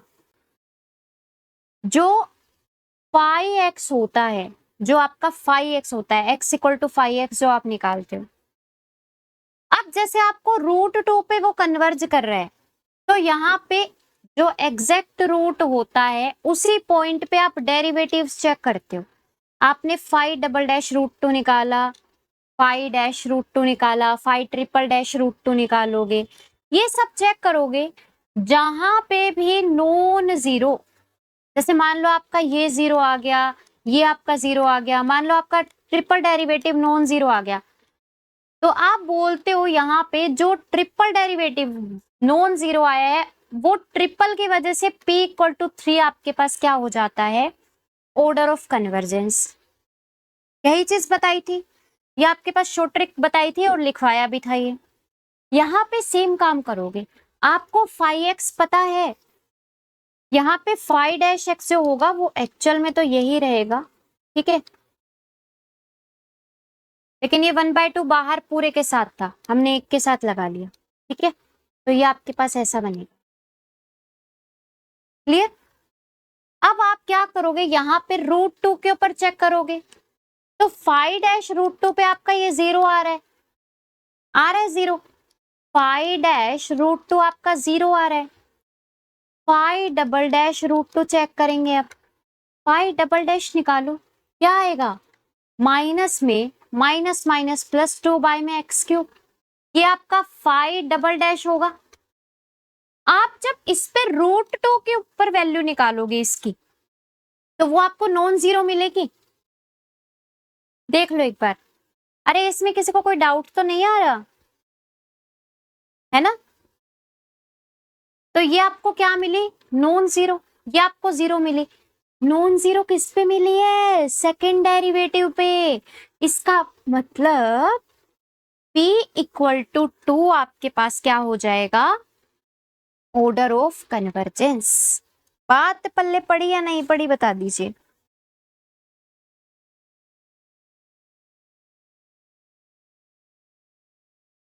तो p = 2 इसका क्या हो जाएगा, ऑर्डर ऑफ कन्वर्जेंस। मतलब इतने ऑर्डर से वो कन्वर्ज करेगा, जो इसने रेट ऑफ कन्वर्जेंस बोला हुआ है वो ही आपका क्या होगा, 2 ऑर्डर से वो क्या कर रहा है, कन्वर्ज कर रहा है। बात समझ में आ गई। अगला देखिए, ये क्वेश्चन भी आपका नेट का ही क्वेश्चन है। कहते हैं consider the Newton-Raphson method applied to approximate the square root of a positive number alpha. कहता है न्यूटन रैप्सन मेथड अप्लाई करना है to approximate the square root of a positive number alpha. मतलब आपको यहां से कह रहा है कि आपको रूट ए के वैल्यू निकालनी है। मतलब आपको यहां से एक इक्वेशन जनरेट करके मिल गई है भैया, नहीं क्या? Newton Raphson method to approximate the square root, आपको स्क्वायर रूट की वैल्यू चाहिए। अब इसके स्क्वायर रूट को तो कुछ ना कुछ तो मानोगे, हमने x मान लिया, तो x equal to root a आपके पास इक्वेशन बन गई। X square minus a equal to 0 एक इक्वेशन आपके हाथ में आ गई। यहां से इतना तो हमें पता चल गया, पहली लाइन से इतना पता चल गया है ना। आगे क्या कह रहा है, a recursion relation for the error, error के लिए आपको यहाँ पे एक रिलेशन दिया गया है। कहता है यहाँ पे क्या आएगा इनमें से, जब आप en+1 निकालोगे किसके लिए, न्यूटन रैप्सन मेथड के लिए, तो आपके पास क्या निकल कर आएगा, ये आपसे पूछ रहा है। तो सबसे पहले आपको ये तो पता चला कि आपका fx इक्वल टू 0 जो बनेगा वो क्या बनेगा, या मैं बोलूं fx क्या बना, एक्स स्क्वायर माइनस में अल्फा। ये समझ में आया है ना। अच्छा, आपको यहाँ पे पता है न्यूटन रैप्सन मेथड का फॉर्मूला क्या होता है, xn+1 इज इक्वल टू में xn माइनस में f ऑफ xn अपॉन में f डैश ऑफ xn, है ना। आपको xn+1 तो ठीक है, यहाँ पे जो उसने दिया हुआ है वो आपको क्या दिया हुआ है, xn की वैल्यू अगर मैं यहाँ से निकालूं तो मुझे मिलेगी en प्लस में रूट अल्फा। तो ये वैल्यू उठा के मैं यहाँ पे पुट कर दूंगी, en+1 प्लस में रूट अल्फा, en प्लस में रूट अल्फा माइनस में f ऑफ xn आपके पास है xn, f ऑफ पहले xn के फॉर्म में, क्योंकि टेलर सीरीज से एक्सपेंड करना पड़ेगा, en प्लस में root alpha f dash en plus में रूट अल्फा। यहां तक बता दो एक बार, कोई समस्या हो तो, नहीं तो आगे चलेंगे फिर, बोलो क्लियर। अच्छा, अब आप क्या करोगे यहां से, अब आपने ये तो कैंसिल हो जाना है ना। en+1 इक्वल टू में en एज इट इज, यहाँ पे टेलर सीरीज लगा दोगे, तो मैं डायरेक्ट लगा रही हूँ टेलर सीरीज, तो ये आपके पास बनेगी f of root alpha minus में en प्लस में sorry f dash of root alpha plus में en स्क्वायर अपॉन में 2 factorial f double dash of root alpha and so on to, ठीक है, डिवाइडेड बाय f डैश पे लगा दो f dash root alpha plus में en f double dash root alpha en square upon में 2 factorial f triple dash root alpha and so on to, है ना। आप एक चीज देखो, क्योंकि alpha root alpha is the root of fx equal to 0, भाई रूट अल्फा इसको सेटिस्फाई ही तो कर रहा है, ये 0 बना रहा है, तो इसका मतलब root alpha is the root of fx equal to 0, या एक्स स्क्वायर माइनस अल्फा का रूट होगा। तो इसका मतलब यहाँ पे जब आप रूट अल्फा पे वैल्यू निकालोगे तो 0 मिलेगी, है ना। अच्छा, यहां से अगर मैं f डैश x निकाल लू तो मुझे 2x मिलेगा, और अगर मैं f डबल डैश x निकाल लू तो मुझे 2 मिलेगा, और अगर मैं f ट्रिपल डैश x निकाल लू तो मुझे 0 मिलेगा, बोलो, है ना, f ट्रिपल डैश, तो ये आपको मिले। अच्छा, यहाँ पे देखो आपका थर्ड वाला डेरिवेटिव तो चलो 0 हो गया, तो यहां से इसको मैं खत्म कर दूं, आगे आने वाले जितने भी टर्म्स है वो सारी 0 मिलेंगी, तो यहां से यहां तक मेरा नेग्लेक्ट हो जाएगा। ध्यान दे लेना एक बार क्या किया मैंने, दोबारा से बता देती हूँ। आपका थर्ड डेरिवेटिव 0 है, आप किसी भी पॉइंट के लिए निकालोगे, रूट ए के लिए भी निकालोगे तो भी 0 मिलेगा। आगे आने वाले फोर्थ डेरिवेटिव, फिफ्थ डेरिवेटिव सारे के सारे 0। इसका मतलब ये वाली जो टर्म है ये आपकी 0 एंड इसके आगे वाली टर्म्स भी सारी 0, तो ये आपका नेग्लेक्ट हो जाएगा। खत्म कर दिया इसको मैंने, कर दिया। अच्छा, यहां से इसके आगे वाले आने वाली टर्म्स भी सारी 0 क्योंकि एफ ट्रिपल डेरिवेटिव आ जाएगा, तो आगे इससे आगे वाले भी नेग्लेक्ट। तो आपके पास अब कुल मिला के ये बचा है। यहाँ पे आपको जो डेरिवेटिव की वैल्यू आई है उसमें आपको रूट अल्फा के ऊपर वैल्यू निकालनी है। आपको यहाँ पे एफ डबल डैश एक्स की जो वैल्यू आई है आपको यहाँ पे रूट अल्फा पे वैल्यू निकालनी है, यहाँ पे रखना है, यहाँ पे वैल्यूज निकाल के रख दो। तो en+1 आपके पास क्या आया, en माइनस में ये तो आपका 0 ही हो गया, खैर en f dash root alpha आपके पास क्या आएगा, 2 रूट अल्फा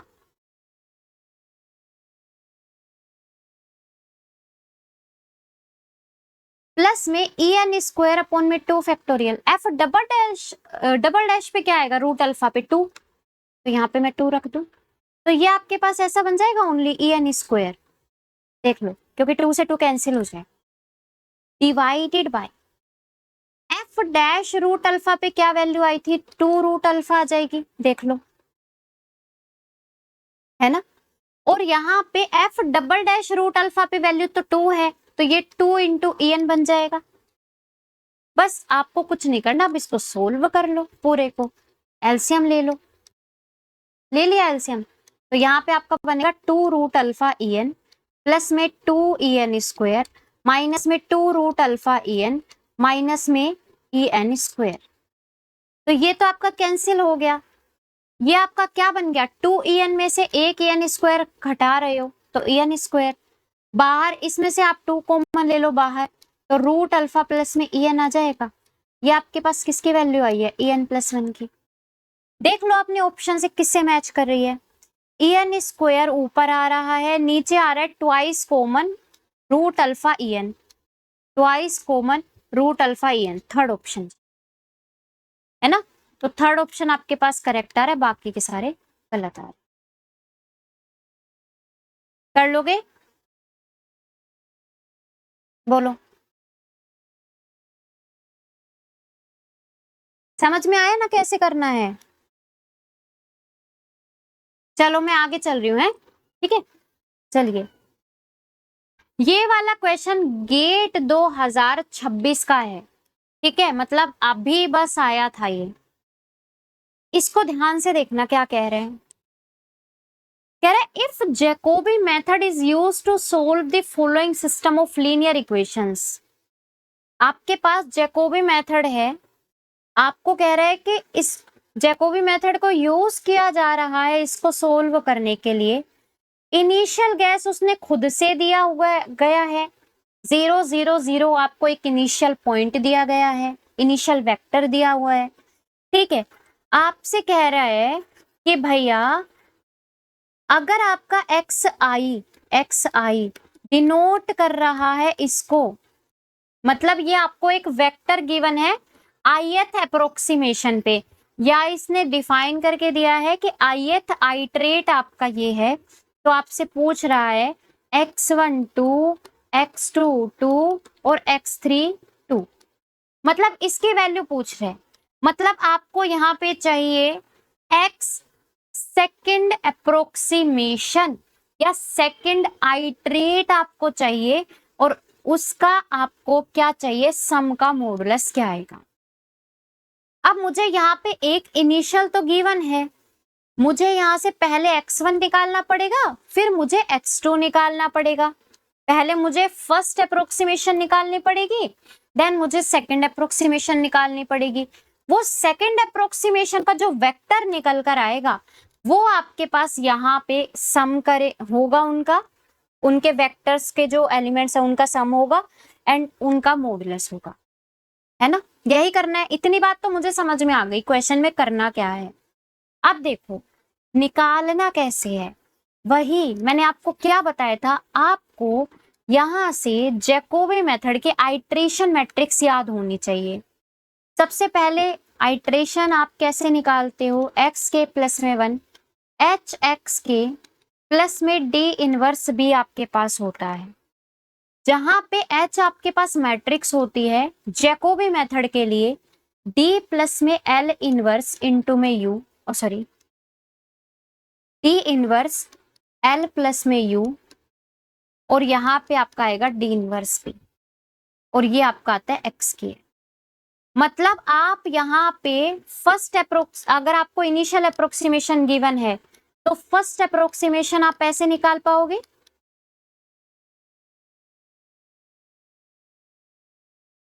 है ना। और अगर आपके पास फर्स्ट अप्रोक्सीमेशन आ गया तो सेकंड अप्रोक्सीमेशन आप ऐसे निकाल पाओगे। मतलब मैट्रिक्स तो सेम ही यूज होगी, आपके पास बस वेक्टर्स चेंज हो जाएंगे। यहाँ पे वेक्टर्स आपके पास फर्स्ट अप्रोक्सीमेशन आ जाएगा। मतलब आपको सिर्फ क्या निकालना है, यहां से ये निकालना है, ये निकालना है, और आपके पास x1 अप्रोक्सीमेशन आ जाएगा, उसको यहाँ पे पुट करके आपको कैलकुलेट करना है सेकेंड वाला। तो सबसे पहले मैं फर्स्ट अप्रोक्सीमेशन कैलकुलेट करती हूँ। उसके लिए मुझे क्या चाहिए, मुझे चाहिए माइनस का d इनवर्स l प्लस में u, और मुझे चाहिए d इनवर्स b। तो d इनवर्स l प्लस में u आपके पास क्या आएगा, ये मैट्रिक्स है आपके पास, इसमें जब आप इसका डायगोनल निकालेंगे, डायगोनल मैट्रिक्स, तो वो आपके पास 1 to 1 बनेगी, बाकी के सब 0 बन जाएंगे, इधर भी 0 एंड इधर भी 0। इसका आप इनवर्स निकालोगे, क्या होता है इनवर्स, आपकी जो डायगोनल एंट्रीज होती है उनका रेसिप्रोकल, और कुछ भी नहीं। तो 1 0 0 0 1/2 0 0 0 1, देख लो एक बार।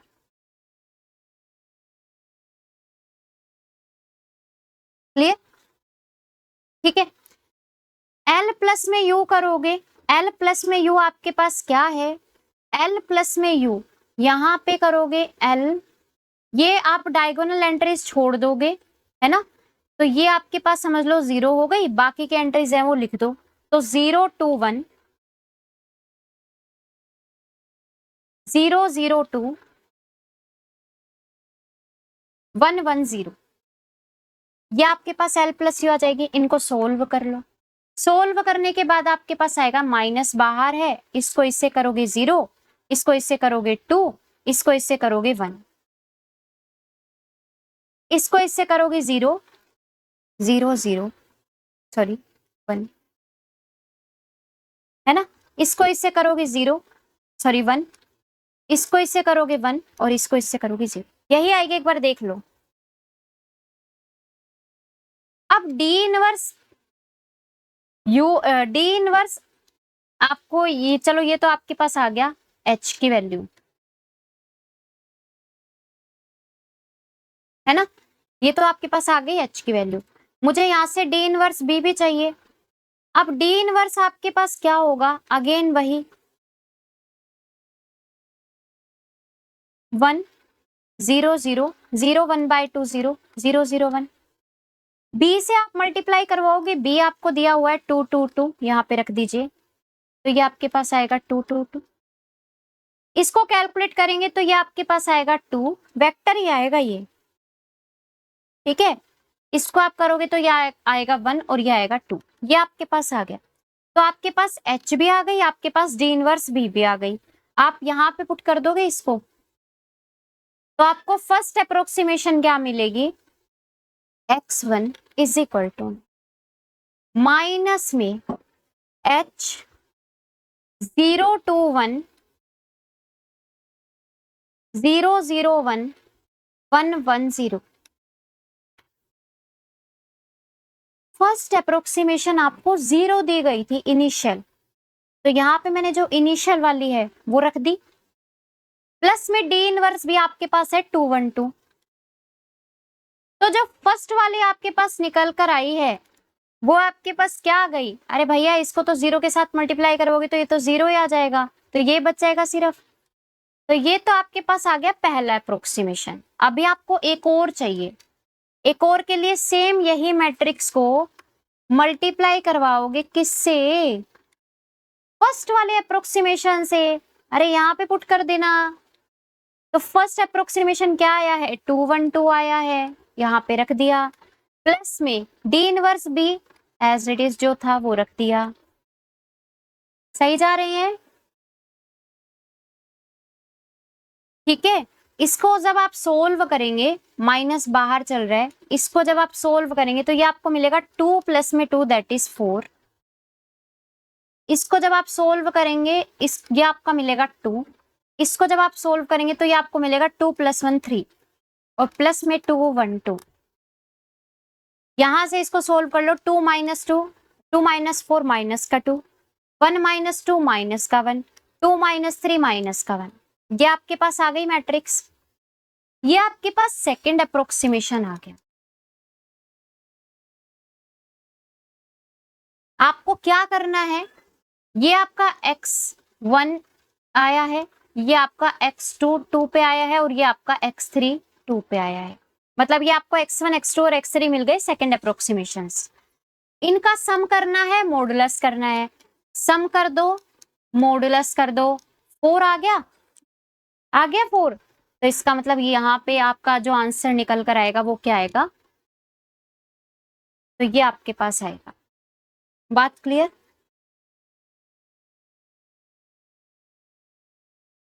बोलो।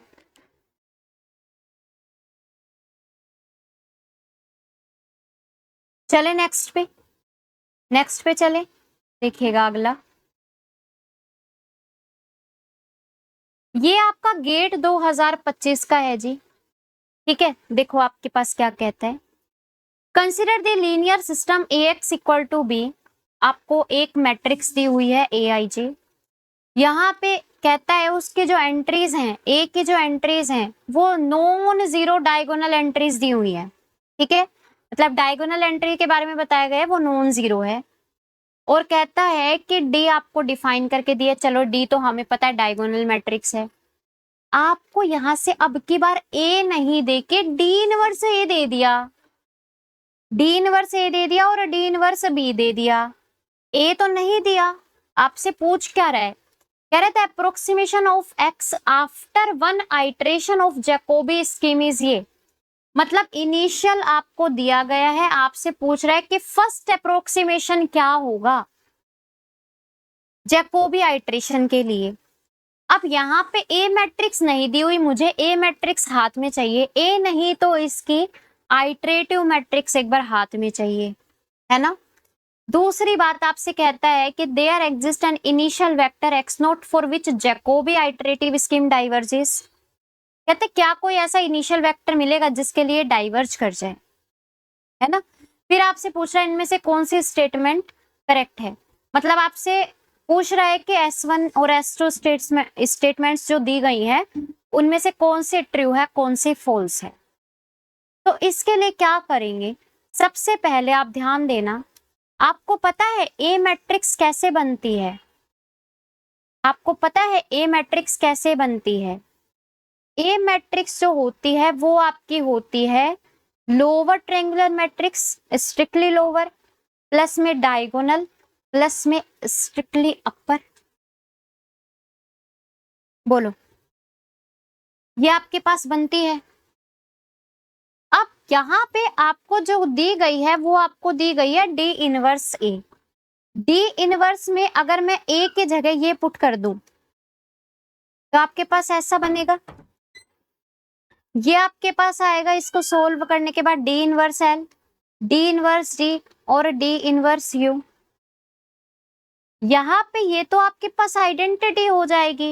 इन दोनों में से अगर मैं डी इनवर्स को कॉमन ले लूं तो ये मेरे पास ऐसी बन जाएगी। यानी मेरे पास जो डी इनवर्स ए आ गया वो मेरे पास आ गई आइडेंटिटी मैट्रिक्स माइनस में आइट्रेटिव मैट्रिक्स। क्योंकि मुझे पता है ना एच मेरे पास क्या होती है, minus D inverse L plus में यू। तो डी इनवर्स एल प्लस में यू क्या हो जाएगी, माइनस का एच। यहाँ पे मुझे एच मैट्रिक्स के बारे में पता चल जाएगा। कैसे, एच मैट्रिक्स आपके पास आएगी आइडेंटिटी माइनस में डी इनवर्स ए, और डी इनवर्स ए आपको दी गई है तो यहां से आपके पास आइट्रेटिव मैट्रिक्स आ गई। अब देखो एच आपके पास क्या आया, आइडेंटिटी में से जब आप डी इनवर्स ए जो कि गिवन है इसको आप सब्ट्रैक्ट करोगे, तो आइडेंटिटी में से सब्ट्रैक्ट करोगे तो ये वाली टर्म सारी जीरो हो जाएंगी, है ना। देख लो एक बार, तो बचेगा क्या, 0 1 -2। अरे माइनस कर रहे हो तो नेगेटिव क्वांटिटी आ जाएंगी, तो 0 -1 2 मतलब नेगेटिव हो जाएंगी सारी क्वांटिटीज, -3 0 -2 और -1 -1 0। देख लो एक बार, यहां तक एक बार समस्या हो तो बताना। मैंने कुछ नहीं किया है, सिर्फ आपका ये यूज करके मुझे आइटरेटिव मैट्रिक्स मिल गई है, मुझे एच मिल गया है, ठीक है। ये एच आपके पास आ गया। अब ये एच आने के बाद आपसे देखो क्या पूछ रहा है, कह रहा है कि आपके पास इनिशियल अप्रोक्सीमेशन दी हुई है, फर्स्ट अप्रोक्सीमेशन आपसे पूछ रहा है क्या होगी जैकोबी के लिए। अब जैकोबी के लिए आपको पता है यही आपकी मैट्रिक्स होती है, आइटरेटिव मैट्रिक्स, तो यहां से हमें एच भी पता चल गया, ठीक है। अब मेरे को क्या करना है, यहां से मुझे चाहिए फर्स्ट अप्रोक्सीमेशन। फर्स्ट अप्रोक्सीमेशन क्या होती है, एच इनिशियल अप्रोक्सीमेशन प्लस में D inverse B, D inverse B आपको दिया गया है। फर्स्ट अप्रोक्सीमेशन में एच की वैल्यू यहाँ पे पुट कर दो, 0 -1 2 -3 0 -2 एंड यहां से आ जाएगा -1 -1 0 प्लस में डी इनवर्स बी आपको क्या दिया गया है, डी इनवर्स बी दिया गया है 4 4 1, रख दो यहाँ पे। और यहाँ पे इनिशियल वेक्टर भी तो था एक, इनिशियल वेक्टर क्या दिया गया है, 1 1 1, रख दीजिए 1 1 1, सोल्व कर लीजिए। तो ये आपको क्या मिलेगी, इसको आप सोल्व करेंगे तो -1 प्लस में 2 that is 1, -3 -2 that is -5, -1 -1 that is -2 plus में 4 4 1, तो ये आपको मिली 5, ये आपको मिली -1 और ये आपको मिली -1, यानी फर्स्ट अप्रोक्सीमेशन मेरे पास निकल कर आई है 5 -1 और -1। तो क्या मेरा यही दिया हुआ है, बिल्कुल यही दिया हुआ है, इसका मतलब आपके पास S1 स्टेटमेंट तो है करेक्ट। क्लियर, बोलो जी, क्लियर है क्या। चलिए आगे, अगला देखिए, आपके पास कहता है S2 स्टेटमेंट में कि कोई ऐसा इनिशियल वेक्टर मिल जाए जिसके लिए जैकोबी आइटरेटिव स्कीम डाइवर्ज कर जाए, है ना। तो उसके लिए आइटरेटिव मैट्रिक्स आपके हाथ में है, सीधा स्पेक्ट्रल रेडियस चेक कर लो, स्पेक्ट्रल रेडियस से पता चल जाएगा, अगर वो लेस देन 1 तो आपका कन्वर्जेंट, अगर ग्रेटर देन 1 तो आपका डाइवर्जेंट। स्पेक्ट्रल रेडियस आपके पास किसका निकालना है, इसका निकालना है, कैसे निकालोगे, देखो एच आपके पास है 0 -1 2 -3 0 -2 -1 -1 0, ये आपके पास है। आप यहां से निकालते हो ना, जब क्या कैसे निकालोगे, अरे आप जब इसका पॉलिनोमियल लिखते हो तो यहाँ पे आएगा x³ माइनस में ट्रेस ऑफ a या h इनटू में x² प्लस में यहाँ पे आपके पास होते हैं प्रिंसिपल माइनर्स जो आप निकालते हो, ठीक है, x और माइनस में determinant of h is equal to 0, यही आपके पास होता है। x³ माइनस में ट्रेस ऑफ h आपके पास क्या आएगा 0, प्रिंसिपल माइनर क्या निकलेंगे, इसको ये कैंसिल किया, ये कैंसिल किया, एडजॉइंट सॉरी, ठीक है, माइनर जो आप निकालते हो समझ लो बस इसको इतना, तो आप कैसे निकालते हो, ये कैंसिल 0, ये आपका 2 मिलेगा माइनस का, ठीक है, माइनस का 2 मैं यहाँ पे लिख रही हूँ।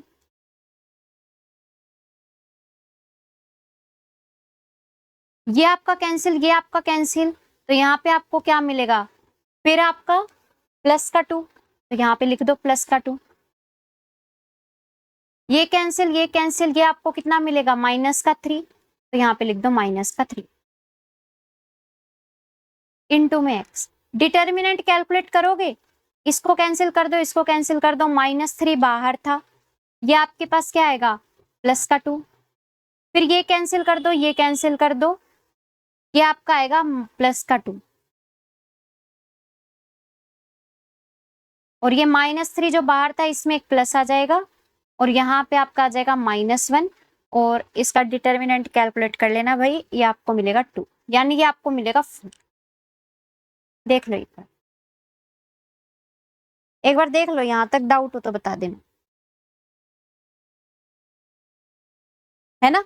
तो आपके पास जो पॉलिनोमियल बना है वो क्या बना है, x³ माइनस में ये कैंसिल, माइनस में 3x और माइनस में 4 इक्वल टू में 0, है ना।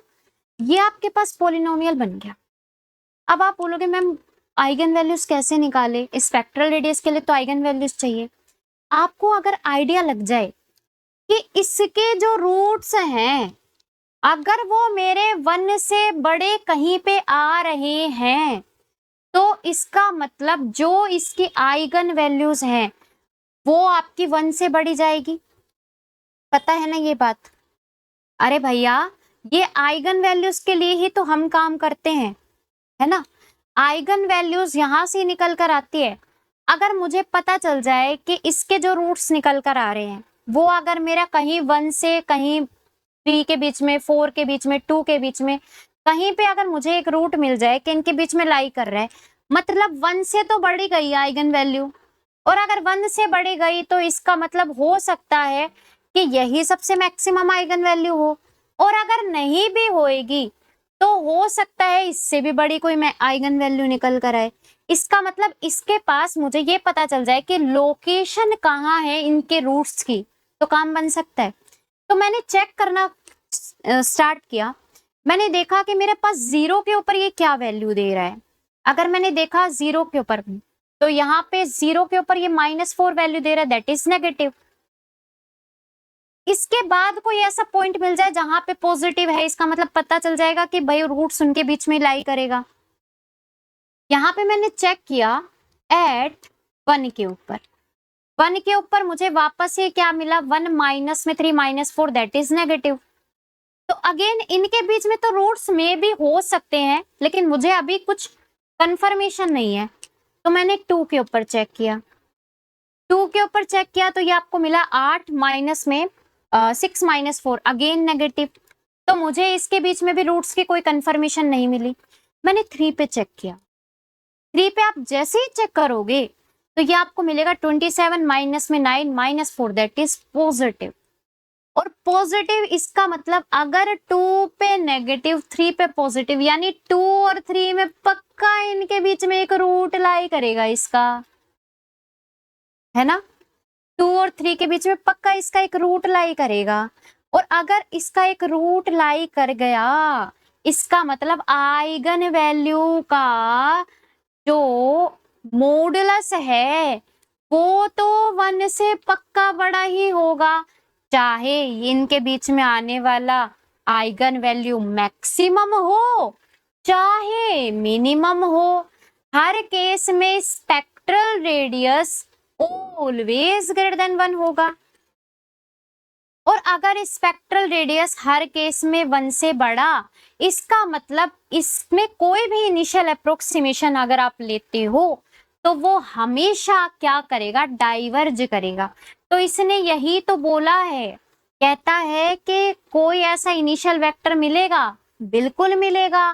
क्यों? क्योंकि स्पेक्ट्रल रेडियस तो मेरा क्या आ रहा है, ग्रेटर देन 1 आ रहा है, तो उसके लिए हमेशा आपको एक x0 ऐसा मिल जाएगा जिसके लिए आपका जैकोबी आइटरेटिव स्कीम डाइवर्ज करेगी।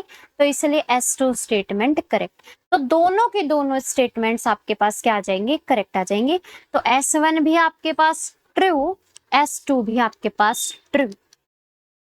तो C ऑप्शन आपका करेक्ट ऑप्शन। बात समझ में आ गई? चले आगे, नेक्स्ट पे चले, अगला देखिएगा। ये आपके पास बहुत आसान क्वेश्चन है, ठीक है। इसको सिर्फ आप डायगोनली, स्ट्रिक्टली डायगोनली डोमिनेंट से ही कर सकते हो। आपके पास ये एक एक मैट्रिक्स दी हुई है। कंसिडर दिस स्टेटमेंट, आपको कह रहा है कि ये आपको स्टेटमेंट दी हुई है। सबसे पहले कहता है ए प्लस में एप्सिलॉन इनटू में आइडेंटिटी इनटू में एक्स इक्वल टू बी। ये आपको एक सिस्टम बना के दिया है इसने। कहता है इस सिस्टम के लिए कोई भी इनिशियल अप्रोक्सीमेशन अगर आप उठाते हो तो जैकोबी आइटरेटिव स्कीम हमेशा कन्वर्ज करेगी क्या? एंड एप्सिलॉन आपको ग्रेटर देन 0 गिवन है। तो अरे एक बात बताओ, जब आप ये सिस्टम बनाओगे तो उसमें जो आपकी ये मैट्रिक्स है ये आपके कंसिडर करी जाएगी एज पूरी ए, है ना? ये आपकी पूरी ए मैट्रिक्स कंसिडर की जाएगी, या ए डैश मान लो इसको। तो आपको a dash x equal to b एक सिस्टम गिवन है और आपको इसके लिए चेक करना है कि ए डैश जो मैट्रिक्स बन रही है वो आपकी डायगोनली डोमिनेंट या स्ट्रिक्टली डायगोनली डोमिनेंट है या नहीं है। अगर है तो कन्वर्जेंट, नहीं है तो हम आइगन वैल्यूज पे जाएंगे, स्पेक्ट्रल रेडियस निकालेंगे आइटरेटिव स्कीम का। लेकिन यहां से मेरे पास इससे काम बन सकता है। देखो अगर आप देखो यहां से मैं a प्लस में एप्सिलॉन आइडेंटिटी बनाऊं तो ये आपके पास क्या बनेगा, 3 माइनस 1 1 1, सॉरी ये नहीं, सॉरी एप्सिलॉन ऐड होएगा ना, तो 2 प्लस में एप्सिलॉन माइनस 1 1 1 2 प्लस में एप्सिलॉन माइनस 1 माइनस 1 1 2 प्लस में एप्सिलॉन।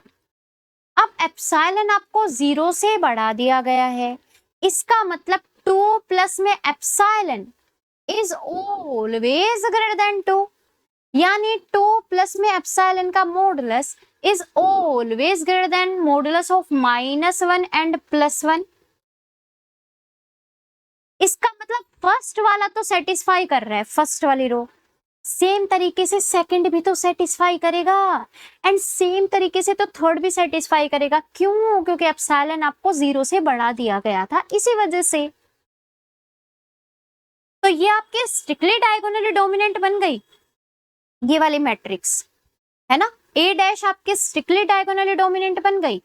और अगर स्ट्रिक्टली डायगोनली डोमिनेंट तो आपके पास चाहे जैकोबी हो चाहे आपका गॉस सीडल हो, दोनों के लिए आपका इनिशियल अप्रोक्सीमेशन, कोई भी इनिशियल अप्रोक्सीमेशन के लिए हर समय वो सॉल्यूशन पे जाके कन्वर्ज करेगा। तो इसका मतलब फर्स्ट आपका करेक्ट हो जाएगा।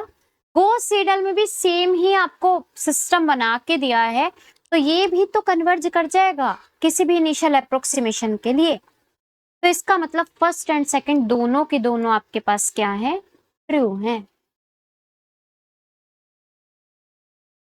ठीक है, चलते हैं नेक्स्ट पे। आसान क्वेश्चन था ये जो क्वेश्चन है, ये आपका ये भी आसान क्वेश्चन है। आपके पास कहता है consider the linear system mx equal to में b, आपको ये दिया गया है। ठीक है, m आपको एक मैट्रिक्स बना के दी है, b आपको एक वेक्टर दिया गया है, कॉलम वेक्टर। आपके पास कहता है m को जब आप l इंटू यू यानी LU डिकम्पोजिशन जब आप कर रहे हो, where l and u are the lower triangular and upper triangular matrices. ठीक है, आपसे कहते हैं consider the following statements if each element of main diagonal of L is 1। कहता है कि जो आप लोअर ट्रायंगुलर मैट्रिक्स ले रहे हो उसका हर डायगोनल एलिमेंट अगर 1 है तो U का ट्रेस क्या होगा, यानी जो आपके अपर ट्रायंगुलर मैट्रिक्स बन रही है उसका ट्रेस क्या होगा। सबसे पहले मैं यहाँ पे क्या करती हूँ, मेरे को M को L इंटू यू के फॉर्म में लिखना है। मेरा m क्या है, मेरा m है 2 माइनस 1 माइनस 4 3, यही है ना? मुझे यहाँ पे l का कह रहा है कि l का जो डायगोनल एलिमेंट्स है वो 1 है, तो ये आपके पास यहाँ पे जो आएगा वो L21 आएगा, या आप इसको L1 मान लो, कोई इशू नहीं है। U जो अपर ट्रायंगुलर मैट्रिक्स रहेगी उसका ये रहेगा U1 U2 0 U3। आपके पास अपर ट्रायंगुलर मैट्रिक्स ऐसी रहेगी, क्योंकि इसके डायगोनल के बारे में कुछ भी नहीं बताया। हालांकि इसने मुझे सिर्फ क्या दिया है, लोअर ट्रायंगुलर मैट्रिक्स के लिए दिया है कि डायगोनल एंट्रीज 1 है, U के बारे में तो नहीं पता। तो आप यहाँ से इसको सोल्व कर पाओगे आप इसको सोल्व करोगे तो आपको ये u1 मिलेगा, या आपको u2 मिलेगा, या आपको मिलेगा L1 u1, और ये आपको मिलेगा L1 u2 प्लस में u3। और आप बस आपको क्या करवाना है, यहाँ से कंपैरिजन करवाना है। तो आपको u1 क्या मिलेगा, 2 मिल गया। आपको यहाँ से चाहिए ये, सॉरी आपको चाहिए यहाँ से u3, आपको चाहिए u1 और u3, अभी तो आप ट्रेस ऑफ u निकाल पाओगे, है ना। तो आपको u1 और u3 की वैल्यू चाहिए। u1 तो मुझे पता चल गया, u3 कैसे पता चलेगा, जब आपको L1 और u2 के बारे में पता चल जाए। यहाँ से u2 निकाल लो, -1 मिलेगा ऑन कंपैरिजन। L1 आपके पास क्या मिल जाएगा, -4 डिवाइडेड बाय में 2 दैट इज -2। यहाँ से L1 u1 sorry L1 u2, u2 आपके पास -1 है, प्लस में u3 किसके इक्वल होगा, 3 के इक्वल। तो u3 आपको कितना मिल जाएगा, 3 प्लस में आपके पास आ जाएगा 3 माइनस में 2, 1 आ जाएगा जी। ठीक है, तो u3 आपके पास 1 आ गया, u2 आपके पास, u1 आपके पास 2 आया था, तो ट्रेस कितना आ जाएगा, trace of u is u1 plus में u3 दैट इज 2 प्लस में 1 इक्वल टू में 3। तो ट्रेस आपको 3 मिल गया, तो ट्रेस आपके पास आ गया 3, बिल्कुल करेक्ट स्टेटमेंट है। अगला देखो आपके पास क्या कह रहा है, for any choice of initial vector x not the Jacobi iterative scheme converges to the unique solution of ये। कहते हैं आपके पास कोई भी इनिशियल अप्रोक्सीमेशन लोगे तो जैकोबी आइटरेटिव स्कीम हमेशा इसके यूनिक सॉल्यूशन पे कन्वर्ज करेगी। सबसे पहले तो हमें ये देखना है कि इसके पास यूनिक सॉल्यूशन होगा या नहीं होगा। यूनिक सॉल्यूशन के लिए क्या करते हो आप, इसके रैंक चेक कर लो, इसके रैंक क्या होगी। अगर डिटर्मिनेंट नॉन जीरो तो रैंक फुल, डिटर्मिनेंट इसका नॉन जीरो आएगा जी, देख लो 6 माइनस में 4, ये आपके पास डिटर्मिनेंट निकल कर आएगा, तो आपके पास ये 2 आ जाएगा। तो डिटर्मिनेंट आपका नॉन जीरो, इसका मतलब रैंक फुल है। रैंक अगर फुल है तो पक्का इसके पास यूनिक सॉल्यूशन होगा, है ना। तो चलो ये तो मुझे पता चल गया यूनिक सॉल्यूशन है, लेकिन क्या जैकोबी आइटरेटिव स्कीम इसको कन्वर्ज करेगी। उसके लिए आप क्या करते हो, उसके लिए आप देखते हो कि ये आपका डायगोनली डोमिनेंट है या नहीं है। अब डायगोनली डोमिनेंट है या नहीं है उसके लिए अगर आप चेक करोगे इसको, तो आप देखो तो यहाँ से 2 जो है वो तो आपका 1 से बड़ा है, लेकिन क्या आपका 3 है वो 4 से बड़ा है, नहीं है, नहीं है ना, ये चीज नहीं है ना। इसका मतलब आपको यहाँ पे डायगोनली डोमिनेंट तो नहीं मिला। चलो कोई नहीं, इंटरचेंज करके देख लेते हैं रोज को। अगर आप रो को इंटरचेंज भी करते हो उस केस में भी आपके पास ये ऐसा बनता है। अगेन यहाँ पे फिर आपका ये वाली रो तो सेटिस्फाई कर गई, लेकिन ये वाली तो नहीं करी, इसका मतलब ये आपका डायगोनली डोमिनेंट नहीं होगा। तो आपको किस पे जाना पड़ेगा, स्पेक्ट्रल रेडियस पे जाना पड़ेगा। स्पेक्ट्रल रेडियस पे जाओगे, यहाँ से सेम काम करोगे। आपको क्या करना है, आइटरेटिव स्कीम के, जैकोबी आइटरेटिव स्कीम के लिए आपको स्पेक्ट्रल रेडियस निकालना है। आइटरेशन मैट्रिक्स चाहिए, एच चाहिए। एच आपके पास क्या होता है, माइनस का डी इनवर्स एल प्लस में यू। अब ये आप काम करोगे और आप यहाँ से ये कैलकुलेट करने के बाद इसके आइगन वैल्यूज निकालोगे। ठीक है, कैलकुलेट कर लोगे, आसान है बिल्कुल। आइगन वैल्यूज देखना, अगर आपकी लेस देन 1 आ रही है तो इसका मतलब कन्वर्ज करेगा, नहीं तो ये। तो आपको ये आपका होमवर्क है, आप ऐसे क्वेश्चंस हम बहुत कर चुके हैं तो ये आपको करना है। ठीक है जी, चले आगे चले नेक्स्ट पे। ये लास्ट क्वेश्चन है, ठीक है। सेम वही घुमा फिरा के क्वेश्चन आ रहे हैं। देखो कह रहे कंसिडर द लीनियर सिस्टम, आपके पास ये है, ए मैट्रिक्स आपको दी गई है, बी आपको दिया गया है। कहता है जैकोबी आइटरेटिव मैट्रिक्स आपके पास क्या बनेगी। क्या ये कर लोगे, क्या मैं इसको छोड़ दूं आप लोग के लिए, क्या ये आप होमवर्क दे दूं। फर्स्ट वाला ऑप्शन, आपको आइटरेटिव मैट्रिक्स निकालनी है जैकोबी के लिए, जो कि आपके पास ये होती है। आपको डी इनवर्स पता होता है, डायगोनल एंट्रीज का सिर्फ रेसिप्रोकल कर दो, वही आपका डी इनवर्स हो जाता है। आपको lower triangular matrix plus upper triangular matrix निकालनी है। इसमें से सिर्फ आप डायगोनल एंट्रीज को हटा दो, 0 कर दो, तो आपके पास ये lower triangular plus upper triangular बन जाती है। आपको यहाँ से ये मैट्रिक्स जो मिलेगी ये आपकी आइटरेटिव स्कीम होगी फॉर द जैकोबी। ठीक है, तो ये आप निकाल लोगे। ये आपका होमवर्क है, आपको चेक करना है क्या ये आएगी या नहीं आएगी। दूसरी बात कहता है जैकोबी आइटरेटिव स्कीम कन्वर्ज करेगी क्या किसी भी इनिशियल वेक्टर के लिए। अगर आप ऑब्जर्व करोगे तो सबसे पहले क्या ऑब्जर्व करोगे कि क्या ये स्ट्रिक्टली डायगोनली डोमिनेंट है या नहीं है। अगर है तो ठीक है, कन्वर्ज करेगा। अगर नहीं है तो हम स्पेक्ट्रल रेडियस पे जाएंगे। लेकिन मुझे साफ साफ दिख रहा है ये स्ट्रिक्टली डायगोनली डोमिनेंट है। क्यों? 3 इज ग्रेटर देन 1 प्लस में 1, 4 इज ग्रेटर देन 1 प्लस में 1, 3 इज ग्रेटर देन 2 प्लस में 0। इसका मतलब स्ट्रिक्टली डायगोनली डोमिनेंट है, कन्वर्ज करेगी फॉर गॉस सीडल के लिए भी और जैकोबी के लिए भी। फिर आपसे कहता है कि स्पेक्ट्रल रेडियस क्या होगा जैकोबी के लिए, क्या वो लेस देन 1 होगा क्या। आपको यहां से जब आप जैकोबी आइटरेटिव मैट्रिक्स निकालोगे देख लेना इससे मैच करती है तो ठीक है, नहीं तो जो मैट्रिक्स आई है उसका आपको क्या चाहिए, स्पेक्ट्रल रेडियस। सेम काम करोगे जैसा अभी करके आए हैं यहां पे, वैसे ही उसका भी आपको क्या निकालना है, पॉलिनोमियल, करेक्टरिस्टिक पॉलिनोमियल निकालना है। उसके जो रूट्स होंगे वही आपके आइगन वैल्यूज होती हैं।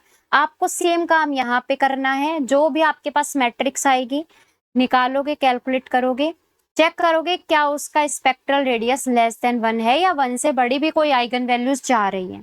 ठीक है, तो ये भी आपका होमवर्क है क्योंकि ऐसे क्वेश्चंस हम काफी कर चुके हैं। कर लोगे? ठीक है, तो ये आज मतलब प्रैक्टिस सेशन था। ठीक है, पूरा कंप्लीट हो गया है। इसमें गेट के एंड नेट के क्वेश्चंस दोनों हमने डिस्कस किए हैं, जो कि आपके Gauss Seidel and Gauss Jacobi से ही आपने देखे होंगे, लगभग क्वेश्चंस वहीं से उठाए होंगे। ठीक है, नेट में भी एंड गेट में भी। और कई बार ना ये क्वेश्चंस रिपीट भी कर देता है, तो मैं बोलती हूँ कि सारे मतलब आप सारे एग्जाम्स के लगाया करो। ठीक है, क्लियर है जी। तो ये आज का एकदम खत्म हो गया प्रैक्टिस सेशन। अगला सेशन जब शुरू करेंगे, मतलब अगला जब शुरू करेंगे तो नेक्स्ट टॉपिक शुरू करेंगे पॉलिनोमियल इंटरपोलेशन। ठीक है जी, ओके।